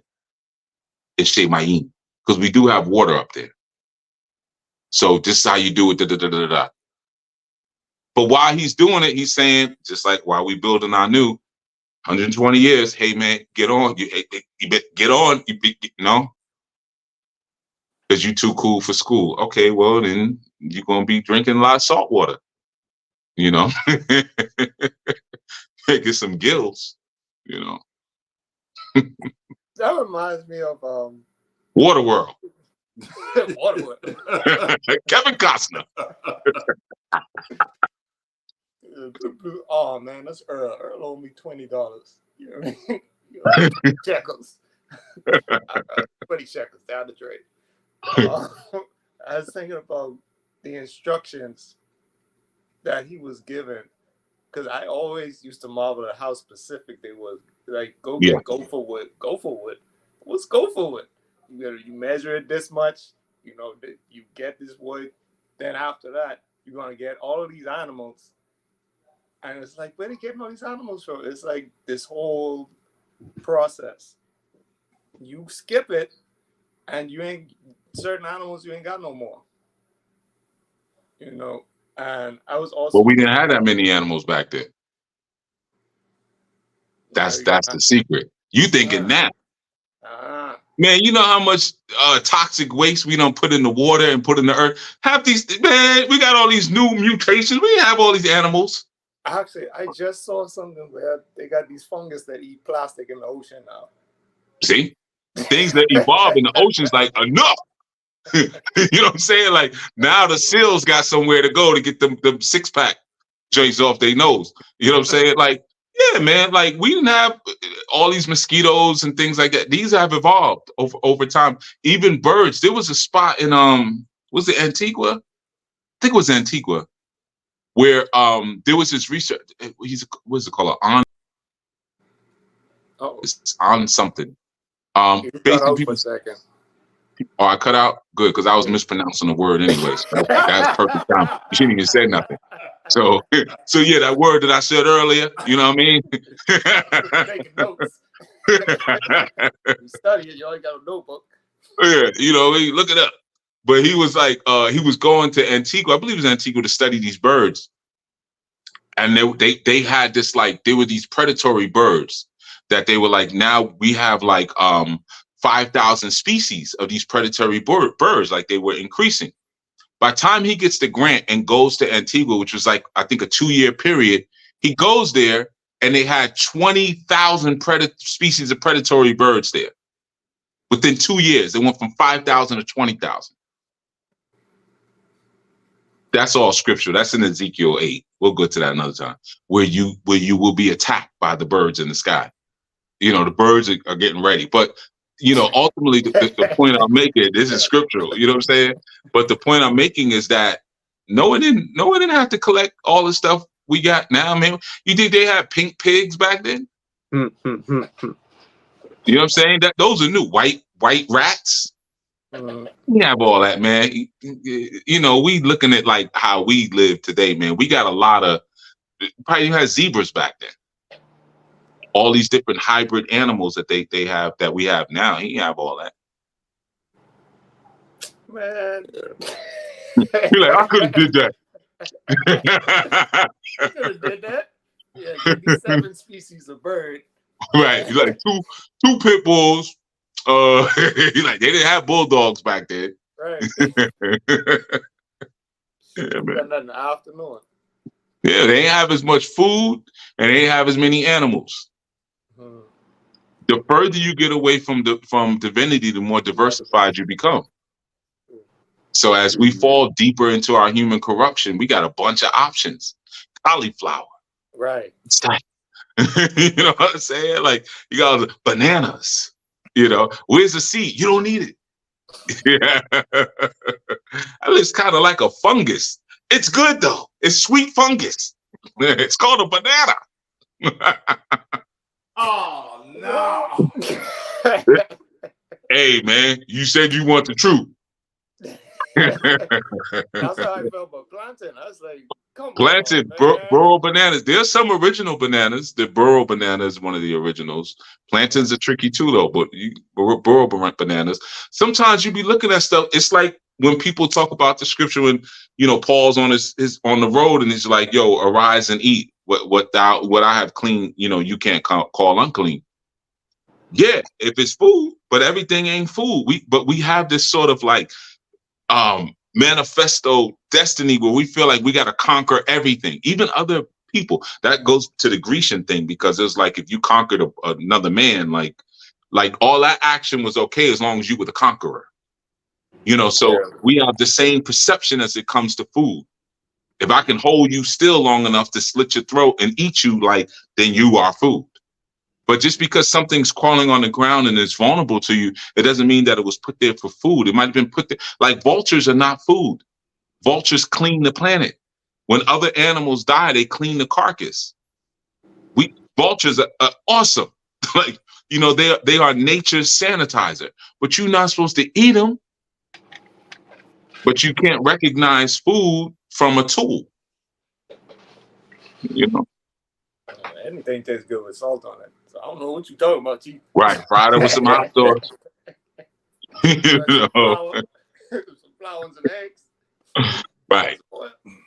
And it's even making me think just what one consumes on a day-to-day basis is also in line with somebody's spiritual diet. So when somebody can't see, somebody standing in front of them that is spitting some false doctrine or spitting some, I got a lot of knowledge, like you said earlier, which I'm going to say it real quick, or I'm going to make you go through all of this and then say, where's the price at? Like, where's all of this at? Man, this is a hustle, right? Right. But like, what have you been consuming on a day-to-day basis that now allows one to stay? Like I heard, what's that thing about sin? It'll take you further than you want to go, keep you longer than you want to stay, and cost you more than you want to pay. And it's like I'm gonna stay alone for longer than what I'm supposed to, but now it's eating away at me to the point now where when somebody is saying something that I should be able to decipher in a second, that this is not an authentic person. Just like I can decipher Reese's peanut butter cup from an avocado. These two are not the same thing. However, if I've been eating on garbage for so long, now all of it becomes food. I'm hungry. Let me grab a snack. Oh, I want the orange or the yellow package of the M&Ms that's standing right here because it's going to be very good and it's very filling and nutritious. It's empty calories. Just like there's empty people that have not, like what's that dude that it was like there's a sucker born every minute, so it's P.T. Barnum. Boom. Yeah. Right. And there's people that literally are taking, you just a sucker. So that's your problem. And they're looking to take advantage of somebody. But now it's a matter of, I remember you said this a million times, you judge a spirit by the spirit. Right. What is in you, or what have you been consuming on an everyday basis that either you're going to be able to perform when it's time, when the Olympics is called, when your spiritual Olympics is called? Do you have the spiritual authority in order to move these things out of the way and say, man, this dude ain't talking about nothing. She ain't talking about nothing. Or are you going to start doing the kangaroo hop and jumping over here and doing all this other stuff because you drank the Kool-Aid? So now you don't have your spiritual might or your spiritual strength ain't there because you wanted to skip steps. So when somebody told you to go get this or talk to this person first before you get here, and no, I just want to hit that 315. Put me underneath the 315. No, you're gonna hurt yourself. I'm telling you, you're gonna hurt yourself. That's not for you right now. I don't care. But then now what it starts to look like though is because one skips steps, now you having conversations with certain people because you can't answer the question, you now starting to look at them like they have some sort of ability or they really smart. No, that's you just skipped that step. So now, and they didn't skip that step. So now you don't see that they just BSing you though, because they're using the stuff that you didn't look at. But if you would have took the time to slow things down and say, you know what? I don't care if, like you said, he was preaching for 125 years. I don't care how long this is going to take me. I don't care how long it is. I'm going to do what I was called to do, and I'm going to make sure I'm going to get what I was supposed to get, so that therefore I have the spiritual strength that when the Olympics comes around and my number is called, I'm ready to go, as opposed to being taken advantage of and just getting, and then being a perpetual victim. Oh, I was taking advantage of. Are they doing this to me now? Or, you know, so now I want a ritual so I can start to make this person's life screwed up. No, what is your character? Are you working on your character? Do you have the proper character in order to sustain you from here to tomorrow? And then it started, well, I'm gonna stop there. Well, a lot of people don't grow up in homes with that sort of language, you know, where pride or respect or honor are part of the daily vernacular in their home. So there are people who grow up spiritless and they grow up godless. So when you start using certain terms, like, again, your God or your religion is the middleman that they would like to get out the way. They really just want to get your wisdom. You know, it's like you read about the scripture when, you know, someone is approached and said, how much can I pay you for the Holy Spirit? He's like, yo, it doesn't work that way. You know what I'm saying? Like, you know, I see you making things happen, and I want to make things happen too. You know, how much? Come on, everything has a price. So you have some people who haven't understood the transition of pride and things like that, you know. I'm just sharing this for sisters listening because it helps children. My mother used to have these little songs she would sing that rhymed with our last name. And it would be songs about pride, not even songs. It was like little jingles, like, and it was basically to wake us up in the morning. You know, like she'd sing little stuff. I ain't gonna say none of them. You know what I'm saying? Plus, I can't really do them honor. You know what I'm saying? But it would be like little things. You know, it was time to wake up. You know, she would come in singing a little song or whatever. You know what I mean? So, but these are ideas that I grew up hearing the word pride. I grew up hearing the word respect, you know, so at a very young age, that was a part of my vernacular. So now at a much advanced age, it's still a part of my vernacular, you know. So that's the thing, like, and I'm just sharing that for like mothers too. Like, it starts very young, you know, because I've met people who have no sense of self-respect. They have no morals at all. It's their theology is based around root chakra. What can I get? Survival. Give me this. Give me that. You know, it's all root chakra energy. I got to get mine. I got to survive. I got to get the bag.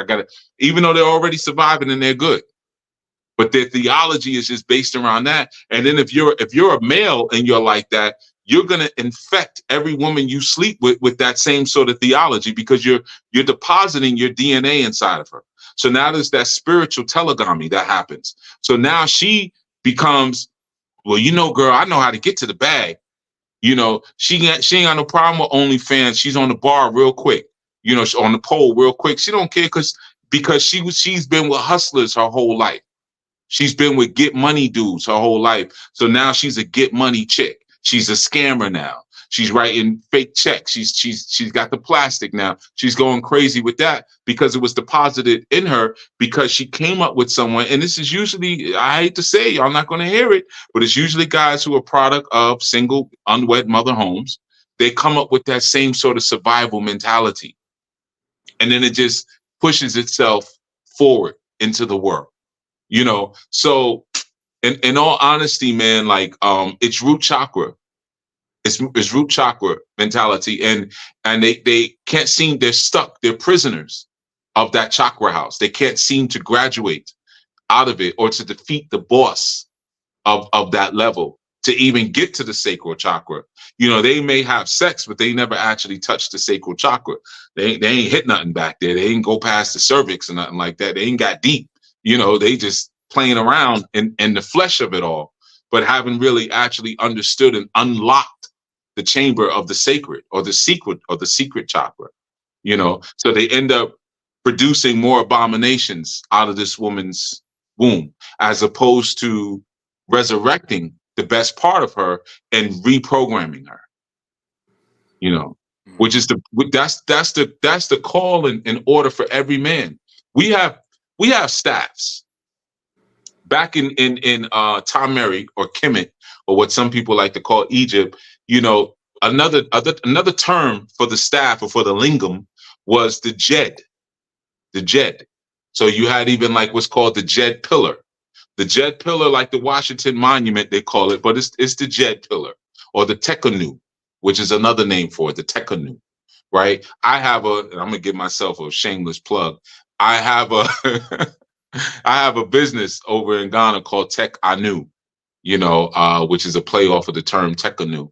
And it actually started out as a call center, where you could, like a computer lab and a call center, but we have since evolved it now that everybody has broadband on their phones now, you know. But before people had broadbands on the phone, you would go into a computer lab in order to use the computer, you know. So I started Tekanu years ago. But the Tekanu, that's the penis. Now, if you go as simple as Star Wars, right? What do the Jedi do? They bring light, you know, right? Just like Jedi. Yes, that's where that's where George Lucas got the term from. You know, the Jedi. They use what? Lightsabers. They ain't nothing but a jet, right? Ain't nothing but a jet thing, baby. You know what I'm saying? Sound effects. Right, exactly. You know what I'm saying? Like, they just hyped it up a little bit, glow in the dark. Okay, you know. So, you know, but the whole thing is like we're restoring the balance of the light and the universe. I don't think they're right, but still, just in concept, what they're doing. That's what you're supposed to do when you go into a woman's sacred space. You're supposed to restore the light because you're injecting her with light. But if you're full of dysfunctional thought, you inject her with dysfunctional thought. And then you call her a gold digger afterwards. Because that's you. You know, now she's getting, I can't tell you how many sisters I knew back in the day, good girls, you know, didn't give it up to college. But in college met some hustlers. And within less than a year was doing porno and all kind of, you know, like things for money, you know, escort business and stuff like that. But they were good girls. But once they got some of that hustler jed inside of them, they became female hustlers. Even after the relationships ended, they got bit with that bug, or like Iceberg Slim, you said, they got street poison, you know, and they got a dose of that poison and it just carries forward. You see? Yeah, and that thought spreads. Like, they try to do it, like, that's where the Jezebel energy comes in too, where they try to spread it to other females. You know, like they got a jet. And say, right. Oh, you ain't got to do that. You know, you can just do that. Come here, girl. Like, you ain't got to listen to him. Sometimes you got to go and have fun, like trying to spread that street poison. You know, but if you don't let it spread, they become very violent and hostile. Mm-hmm. They'll attack other females. And other females kind of notice. That's why, man, I'm just being careful, man. But those female marriages, it's a lot of domestic violence. Mm-hmm. Because if you don't accept my male authority, I'm a beat you up. That's what it is, babe. I'm gonna beat you up. You know, so even in those situations, a lot of times when you have dominant females, who you'll have silly, foolish females who listen to them, they follow behind them. I could pick out like 7 of them, 8 of them right now on YouTube, but they follow behind everything they say. As soon as they decide, well, you know what, maybe serving my man isn't that bad. I mean, I kind of like the idea, you know, maybe I'm actually a submissive woman. Like, I actually get turned on by giving my man a foot rub, or, you know, like ironing his clothes. I enjoy doing it. What? They on them. You're like a wolf pack. They be ripping their clothes apart. Like, you what? You know, because they're on a mission. And ultimately, a lot of these dominant, dysfunctional females, and there's a man inside. an old, nasty, rude man. And they have to have dominance over these silly-minded females. And once a female breaks free of that grip, they go on the attack. You stupid. What, this is 2000 and such, and you still want to serve a man? You dumb. You da. You know, they'll make them feel like nothing. You know. Yeah, dumb HOEs like you know, who give us a back. You setting feminism back 10 years. Right. They start making up things, man. And you got some sisters who are not strong enough. And sometimes that's coming from their mothers or from their older sisters or from their aunties. So it's like, man, these are people who I, you know, sources I feel like I can trust. They must know. But see, that's where the authority of the king comes in. It says, oh, hold on, wait a minute. Shut up. Like, sometimes it's just that simple. Shut up. You know, like, you can do all that barking with me. You know, I'll do a night in the county. I ain't worried about it. But you ain't going to be doing all that barking. You know? And sometimes it takes that, man, in order to realign things. And of course, in this day and time, it's like, shut up is a violent term. It is violent. You know, but sometimes we don't know when the violence began. You know, sometimes we're not in tune with when it actually started or when the abuse actually starts, because that's part of the trap. And, you know, speaking of that, man, I want to definitely give some love, man, and some energy to some of you may be familiar, man. The king of Oyotunji village was murdered by his sister, this strong.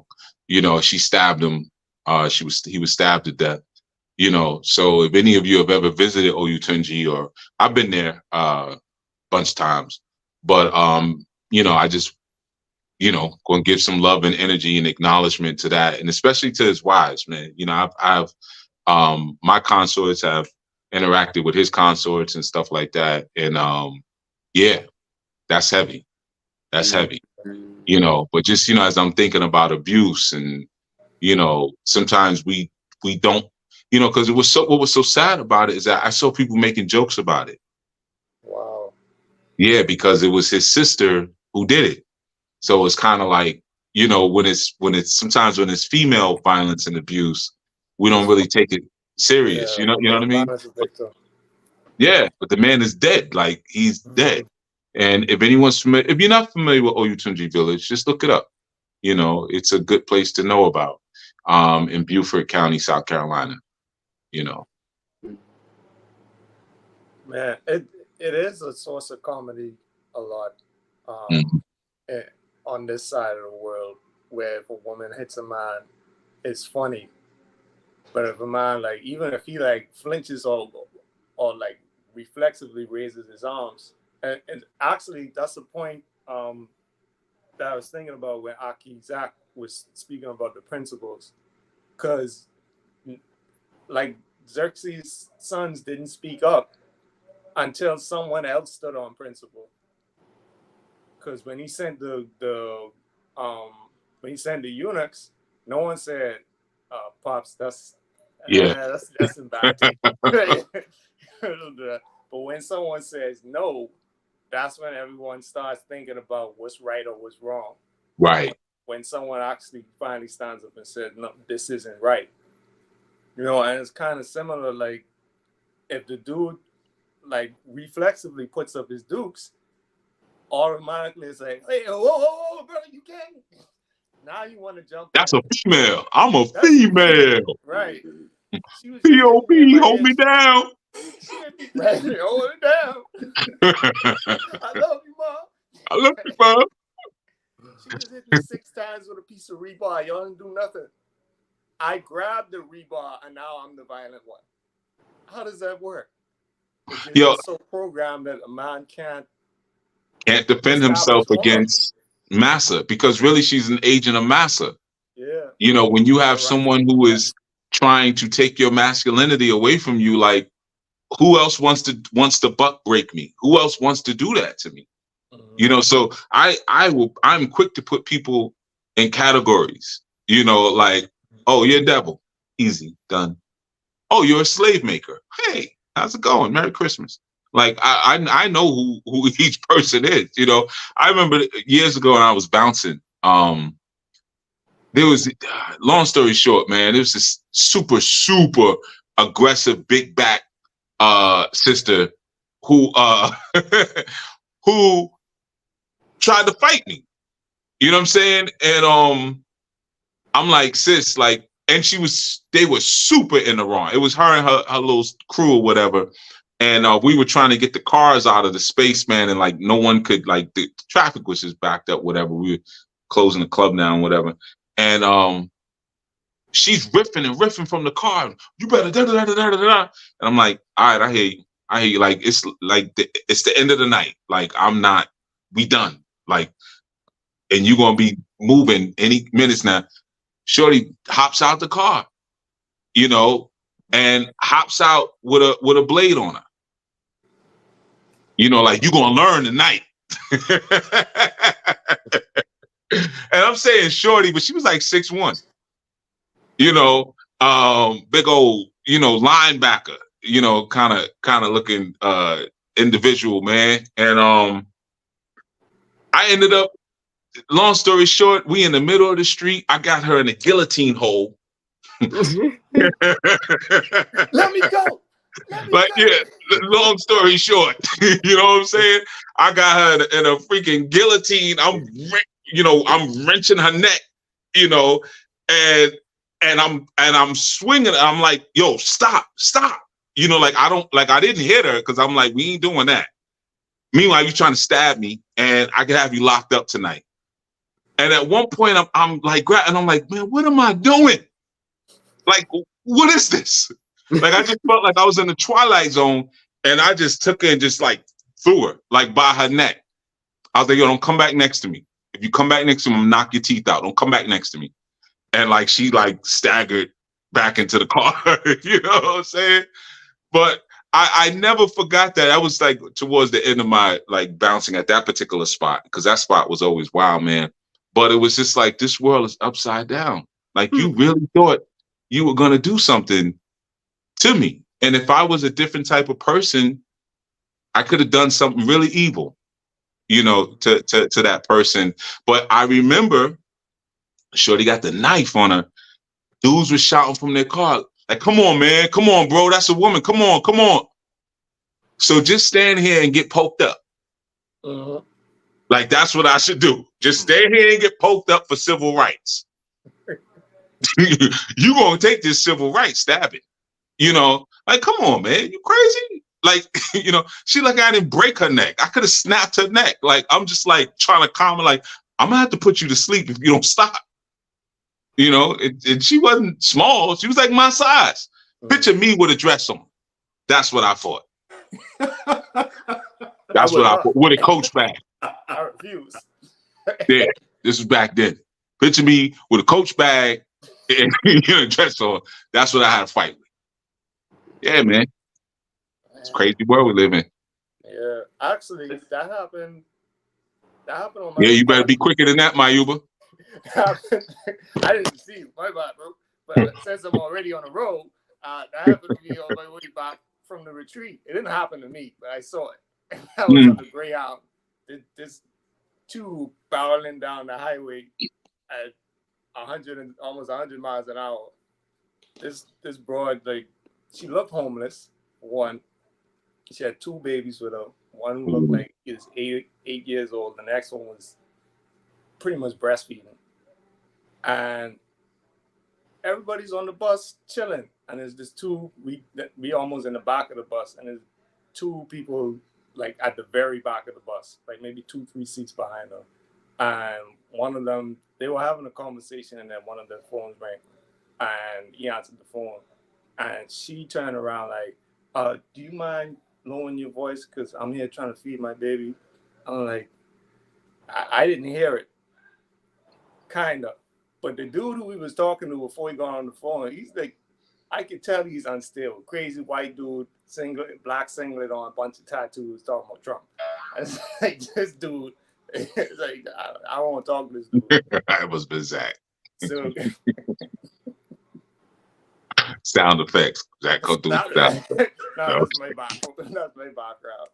Oh, okay. I gotta edit it That was off. very timely. What are you watching, brother? Brother? Huh? That's the trade Huh? platform. Believe me. Okay, I'm just saying it is Sabbath. It's the holy time, brother. I'm hearing dong noises. Yeah, that's bubbles. Hey, making up something. Pogo stick. It's an art video. It's art. So she pulls a knife on dude Mm. in the back of the bus. I'm trying to change the topic, but because she said, "Can you lower your voice?" And dude was like, "Yo, don't even worry about it. He's with me." And she immediately goes to 10. And she's like, "How dare you? I got a chick." Now, to put it into context, I'm listening to the Jezebel series to catch up on it. Oh, And wow. Like 3 minutes before this happens, you were talking about how females like project the strength and it always fails them. Right. And sure enough, 3 minutes later, she pops up, pulls the knife out, and there's this other sister who's sitting across from her. She passes her baby to this woman and said, like, "Hold my baby," pulls a knife on dude. But this dude has screws loose, so he's like, "Yeah, cut me. She didn't know what to do after that. She was just standing there like an idiot with this blade out, like, I don't think I get this far. And she's expecting someone to come and save her because I think right. they get emboldened by that random dude shouting, "She's a female. She's a female." So you think some idiot is just gonna save you while you're making noise and you can feel good walking away. She's like, "You ain't here speaking for another man. That's gay. That's gay." Mm. You know, calling him a cracker, all these things. He's like, "Yeah, she called me a cracker." You know, right. Cut me. Bus driver had to pull it aside, move her to the front of the bus. So what this dude does to mess with her, because he's crazy, he gets on the phone. "Yeah, pick me up. Yeah, we going to Jacksonville. We be there in like an hour. Just pull up to the bus stop. Have your gun on you." Because she just called me a cracker. I was like, "Yo." And actually, I'm with that. Actually, yeah, you pull a weapon on. Yeah, I'm with that. That's what it should be. Like, we need to bring respect back. Yeah. And sometimes, you need that to establish for people to wake up and to understand what's truly happening out here. That's one of the reasons why I love Southern states, because they are more respectful, because people got it on their hip in Walmart in front of you. So it's like, you think twice before you want to disrespect someone. Everybody got it on them. That one who pulled the knife, that, she probably from New York. That sounds like one of my cousins or something. You know what I mean? But you must be one of them country boys. Like, "Hey, man, think about your little knife, man. You about to get popped." Mm-hmm. Yeah. But also, sorry, one more thing, before I go back on mute and turn off all these sound effects. Another thing, when I think about when Akizak was talking, was like it just dawned on me. Chief, you speak about it a lot, but when these people are talking fast and they trying to spit all these facts that they probably just copied and pasted from different videos that they watched on YouTube. It's like there's never any presence or semblance of a system of we start here and this is where we're going. They just hit you with a bunch of random, useless, I can't even prove facts, because it's like, even if I could prove it, it would still be useless. So why would I go into it? So now I have to sit there and nod and just wait for you to finish. Like, yep. Or I could just be like, "Yo, I don't care nothing about nothing you're saying right now, because it's not adding up to nothing. And I have a system." See, that's the problem, brother. People always... Because, in those sort of environments, you are the system. That's the part that's the secret that you don't find out until much later on. It's like multi-level marketing. And you'd be like, "Well, what are we selling?" Well, come to the meeting and find out, And then you'll have a bunch of products. And what's in the boxes? Rings.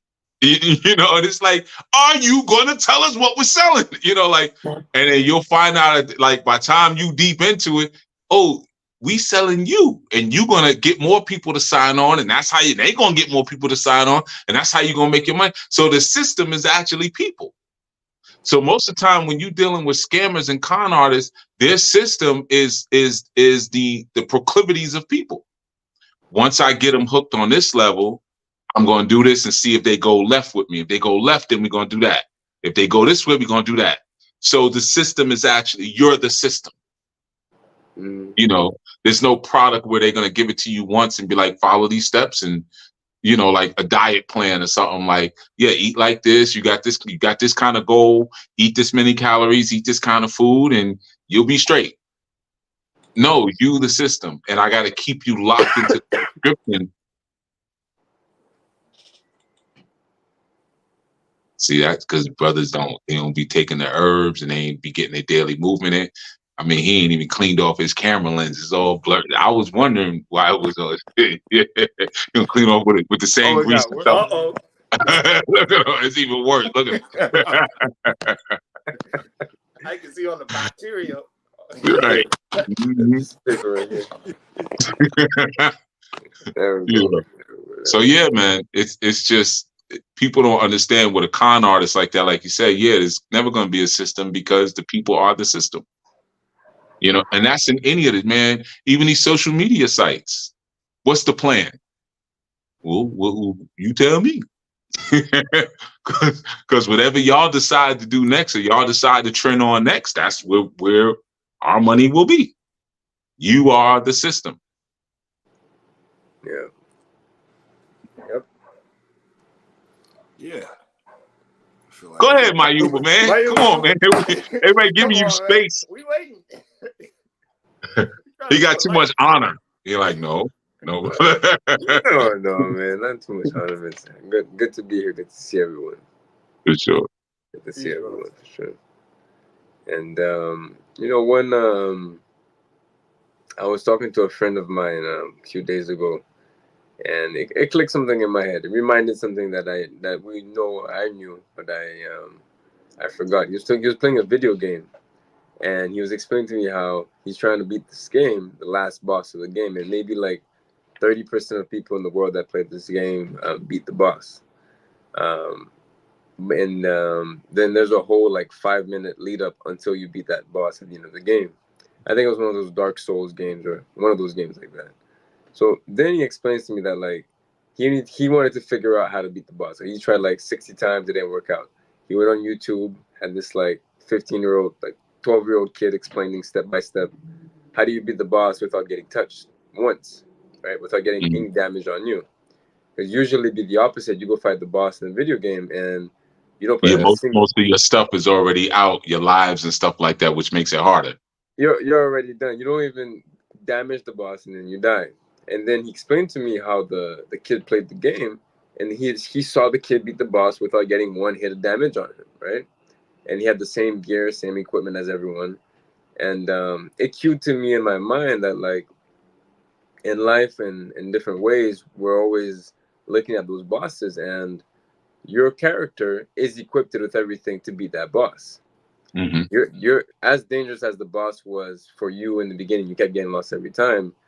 You just didn't have the right method, the right timing, the right technique in the game, and to beat the boss without getting one bit of damage on you. And it reminded me that, you know, we are always that boss. We are that L within us allows us to say, hey, we can manifest certain things without getting hit once, right? And I like video games like that because I live my life like a video game. So we know. You know. Yeah.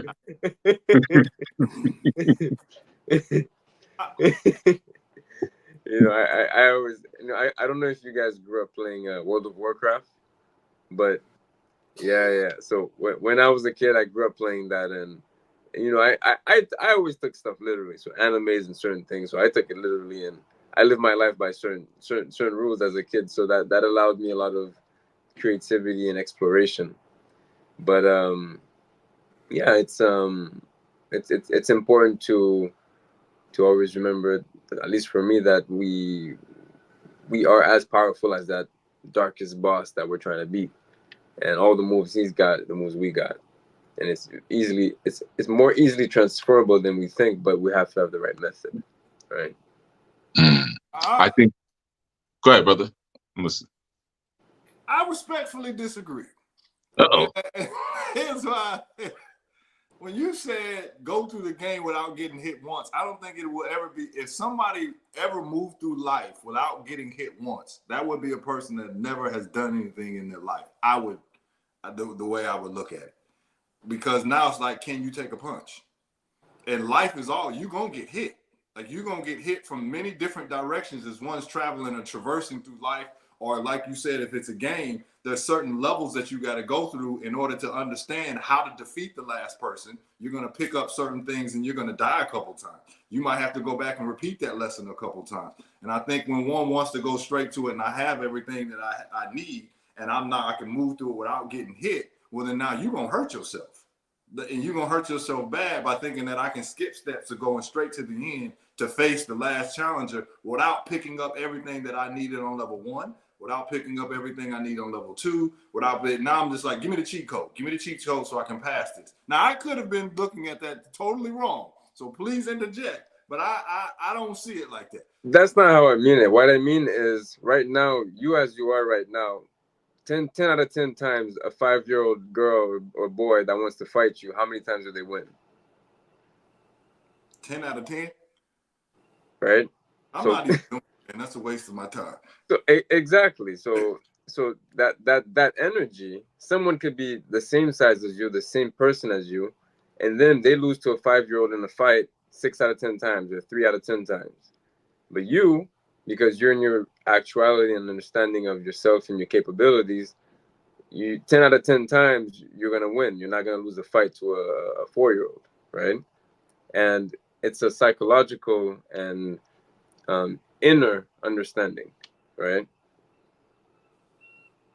So in the same way with the video game, 10 out of 10 times that kid's able to beat the boss because he knows I'm a giant. He's like, I'm about this life.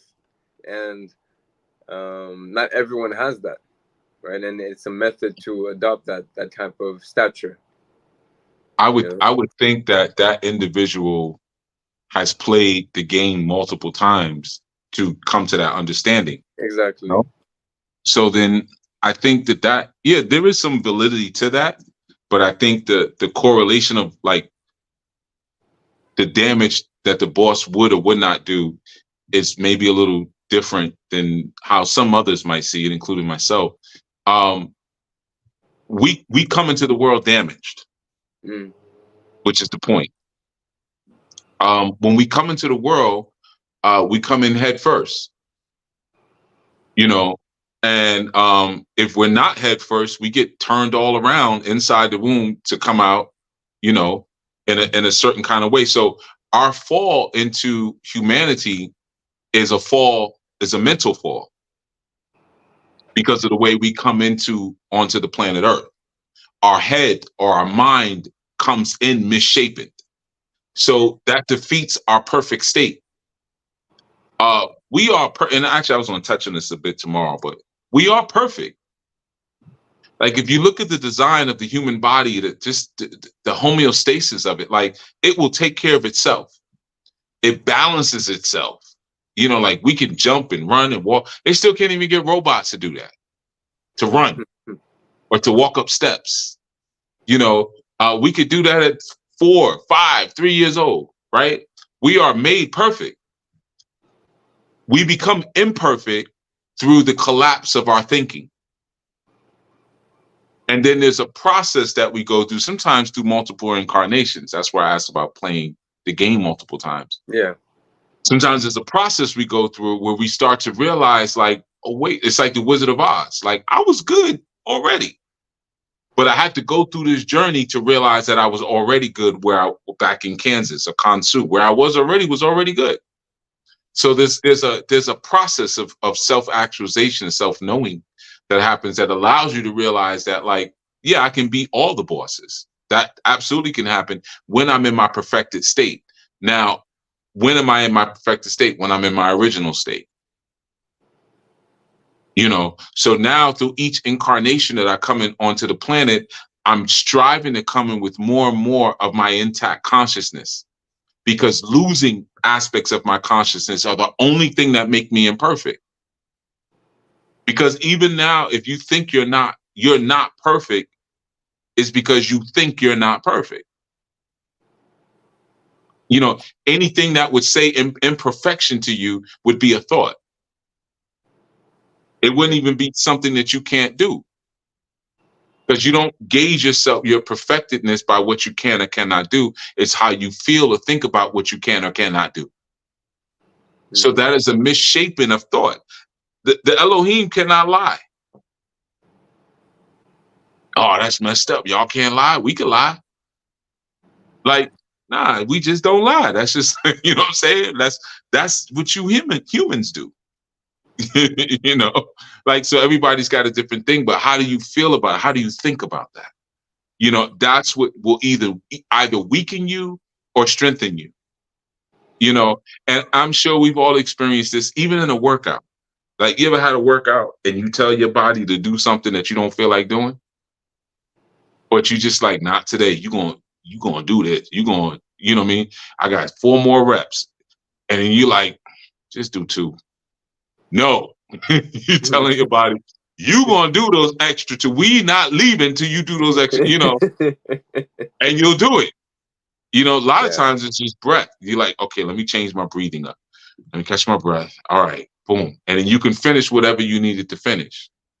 So your perfectedness came in the way you thought about what you could do or who you are or what you are, rather than what you could actually do. Yeah. And to build on that, like, one of the mindsets I've adopted that allows me a certain amount of flexibility when doing new things is, like, we all know that feeling of we've done a certain thing many times, whether they beat the game many times, or whether it's a sport or an instrument, if something you've done consecutively, you do it now without emotion, and that risk and that feel is not there anymore, but you can get it done like clockwork. So for doing something new that I've never done before, if I adopt that energy into it, I find, I mean, people sometimes say, oh, have you done this before? I'm like, no, I've never done this before. It's my first time. But it's not my first time getting myself into a flow state that I can try and do something new as. But at the same time, sometimes I don't like doing that, because you don't get that childhood joy and that childhood or that childlike enthusiasm and expression when trying something new. And it's not trying to do it perfectly, but it's doing it with I would say maybe a maturity, but I can't even say maturity, because doing it in a childlike way is a mature way as well. Does that make sense what I'm saying? No, because the thing about it is that when you're doing things in a childlike way, the enthusiasm that you're speaking about is because in that moment the child represents its deityhood. That's why it's enthused. So it's, you know, recognizing yourself as a deity is the opposite of being mature, because deities always come onto, except for Zeus. Zeus came in as an old man, but deities always come as babies. So enthused means entheos. That's where the word comes from, entheos. Theos is another term for God. So when I'm enthused, I'm in God. It's like the word inspire. When I'm inspired, spire is spirit. I'm in spirit. So a child becomes enthused because in that moment that they're doing something, they are functioning like an L, like a God. You know, without the level of fear and reverence that we have for God.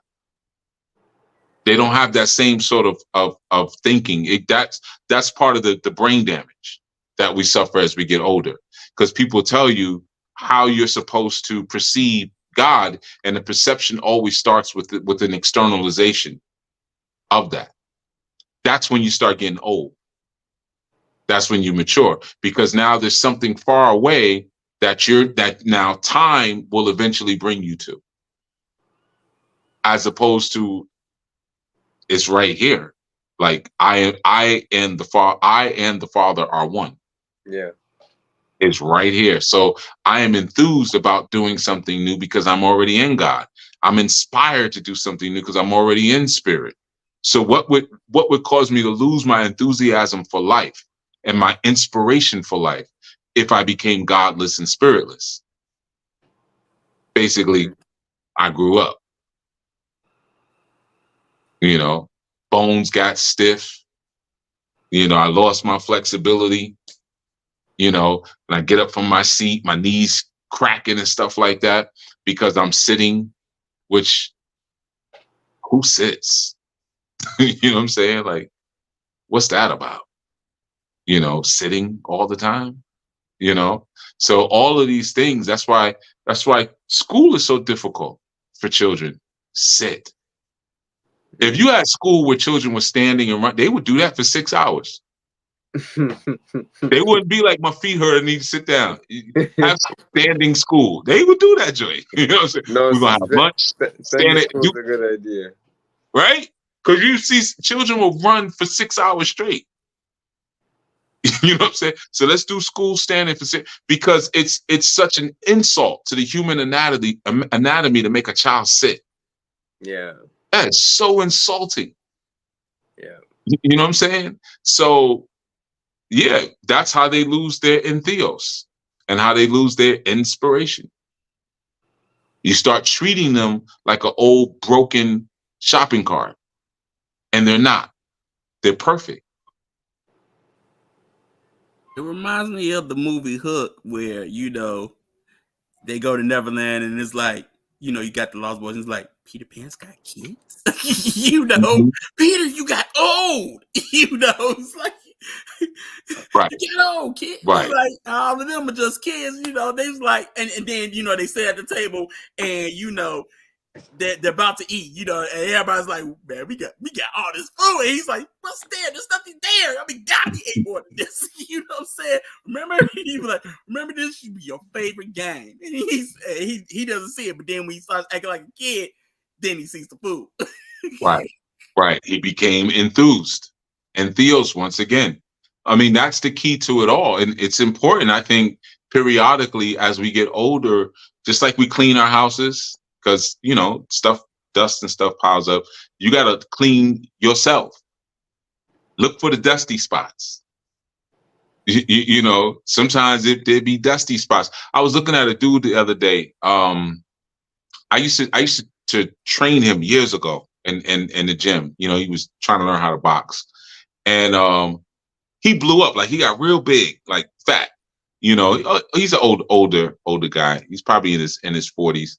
And I saw him the other day, and I barely recognized him. He lost so much weight, like his head looked cute. I was like, "Oh, you got a bobblehead." I didn't know all this time he was so fat, So he's walking, and I was just like, "I'm like, hey man, you need to get fat again." But but I'm looking at him, and one of the reasons I like recognize him losing so much weight because his shirt looked like a blanket on him. Yeah. And I'm looking at him, I'm like, you need a new wardrobe. But because, like, when we get older, it's just like, man, it's clean, it's still good. And it's like, nobody wear no shirt. Like, this ain't Nelly, tip drill. Nobody wearing no shirts down to their knees anymore. You know what I'm saying? Swiping credit cards. Tape on the eye. Yeah, with a Band-Aid on your eye. Like, we don't wear them like that. Let me go to the store, get some clothes that fit now, man. Show that new body off. So I told him, I was like, yeah, man, you got to peacock. Show that new body off, man. Get some clothes, man. Get stuff in place. He's like, yeah, my clothes falling off me. But that's a part of getting dusty. Sometimes you get locked into a pattern, even whether it's clothes or whatever, or your speech, or even the music you may listen to. And you lose your enthusiasm and your joy and your spirit for life. Because you've let the dust, or in the Yoruba we say erupe, you let the dust and the sand settle on you, and that's why it's so important to understand, like, even we're made from clay. We're not made for dust. We're made out of the clay of the earth. That's soft, moist. You know what I'm saying? It had some pliability to it, you know, but when the clay starts to harden, you got to dip yourself back in the water again.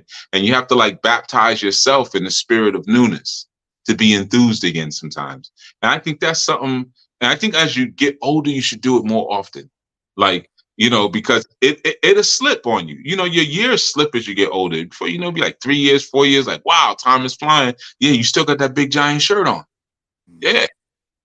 You know, you got to stay in tune, man. Things are changing around me, and I want things to change because things are unfolding based on what I know. So if my life isn't unfolding and changing, it's because I don't know anything else. I haven't taken in any new knowledge. Yeah. You know, you only can see what you know. That's how the brain works. You know, and the brain is a very interesting thing. I remember some years ago they did this experiment. I forget the name of this thing, where they had people like hanging upside down for extended periods. And then they had some sort of mechanism, I guess some kind of glasses, where it would show like everything was upside down, like all the images were upside down, right? And they found that when they put people right side up, and for the other ones that when they took the mechanisms off their eye, like they had them on it for extended periods, they were still seeing everything upside down. Like it took like a day for the eyes to right themselves back the other way, you know, because it's the brain. The brain is now processing, oh, everything is this way. Okay. And you're really thinking the world is upside down, but it's just because, you know what I'm saying? That's how your brain is processing. You know what I'm saying? So this is like, sometimes you got to shake the dust because you might be seeing everything upside down right now and don't even know it because of what you came out of. Yeah. And you got to shake the dust to like, oh, ooh, this is what's actually happening, you know. All right, man, we're going to close out, man, because y'all ain't going to have me on here all night, man. 2.5 hours, man. You know what I mean? Yeah. So, so yeah, man, this has been beautiful, of course, as always, man. I want to thank everyone for coming through. We will be here at noon. Well, I will be here. They ain't going to be here. They're going to be doing whatever they do. You know what I mean? Sitting around in their boxes or whatever. So I will be here fully clothed. Boy, yeah. That's when you would say stand up, right? You want to stand up right now? We turn this into something completely different. We had to move to OnlyFans, but but hey, man, it's hot. Nah, I'm playing. But yeah, man. So absolutely, as Abba Derek says, if you're on the fence about joining Anu, join. You know, Noah had 120. I'm not putting that much time in. All right, I've been doing this work since 1990. That's when I first did my first work. Okay, so I'm not gonna put 120 in. And I'm kind of like at that, you know what I mean? I'm ready for them doors to close and be up in there with the animals and, you know, my ganja. No, I don't smoke. I'm joking. You don't know I had some ganja though. He lose his mind in there, man. Something to take the edge off. But yeah, man. So yeah, there comes a time when those doors do close, you know. So it's important to not waste it. And to, you know, to make sure that we can live our moments as our strongest, most powerful, most authoritative selves, because you cannot unfold life without the authority or your principles. You need those principles. You need your princes. You know, we'll get into that at another time. But yeah, I definitely will be here at noon, which some of you may call tomorrow. On Saturday or Sabbath, I will be back in the space. I can't wait to click in on too, because I got something in my eye, man. So this whole like last half hour I've been doing this. So I know there's some people like, yeah, Chief, I saw you was winking at me when I signed. You must somehow know when I signed on. Could you start doing? No, I have long eyelashes, and sometimes they go in my eyes, and that's all that happened. Okay, so you just clear that up now. So as I get over, I'm gonna go put some water in and try to get it out. You've never seen a Haitian trying to blow in someone's eye, trying to take something out of your eye. You don't want that, man. They come in like this. And I'm like, yo, I think everybody does it. Our father used to do it, but he would just end up spitting all on the side of my. Man, it's dangerous, man. But, you lose your eyeball like that. See, we talk about the video game thing, right? See, see what I'm saying? What level he on? Right now, he see numbers over all our heads. 80%. Told you. I am above you, yeah. As long as it ain't like GTA or nothing, you know what I'm saying? We all right. you know, like a video game. Simple thing that always happens to me is when people speak, I see like words and I don't see, but I imagine like their words being written on top of their heads, and it's like little like bubble icons when people speak. You guys speak bubble. Eliminate. Yeah, well, I'm sure. But you know, that goes to the example I gave earlier.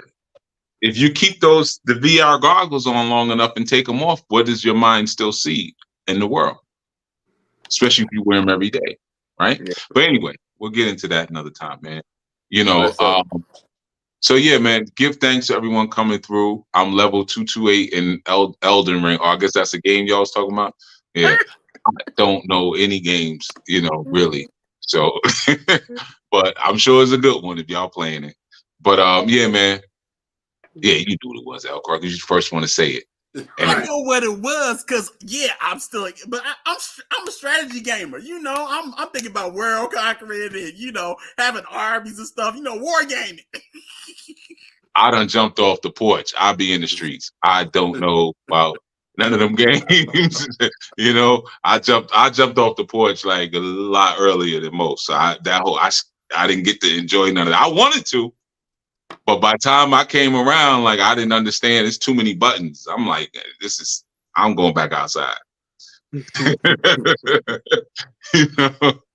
Yeah, he used to just confuse me. Even the Wii was difficult. I tried Guitar Hero and I was horrible. I was like, this don't make sense. I play the guitar. And I could not play. Guitar Hero was so hard. And it was a song I knew, Crazy Train, Ozzy Osbourne. I'm like, oh, I know this song. It's in the key of G. I know the key, everything. I know it, everything. G minor. Man, I can't play no Guitar Hero. I said, that's why I'll be outside. So yeah, man. So we'll be back at noon, man. Give thanks to everyone. Willfully, we sparked some thought. And LaShawn, I forget the last name. No, I feel like Ram. They were both Hebrew names.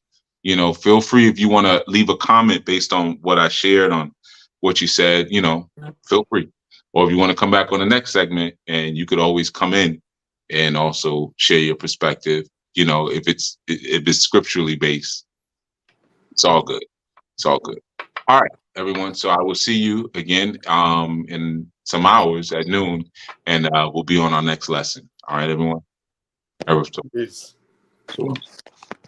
So.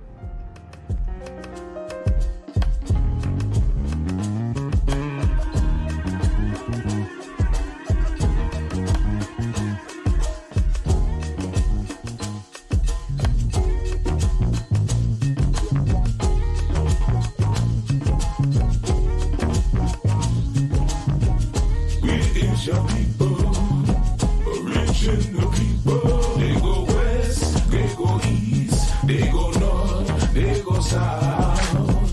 Places we go, we bring divine wine right from the source. Water to wine.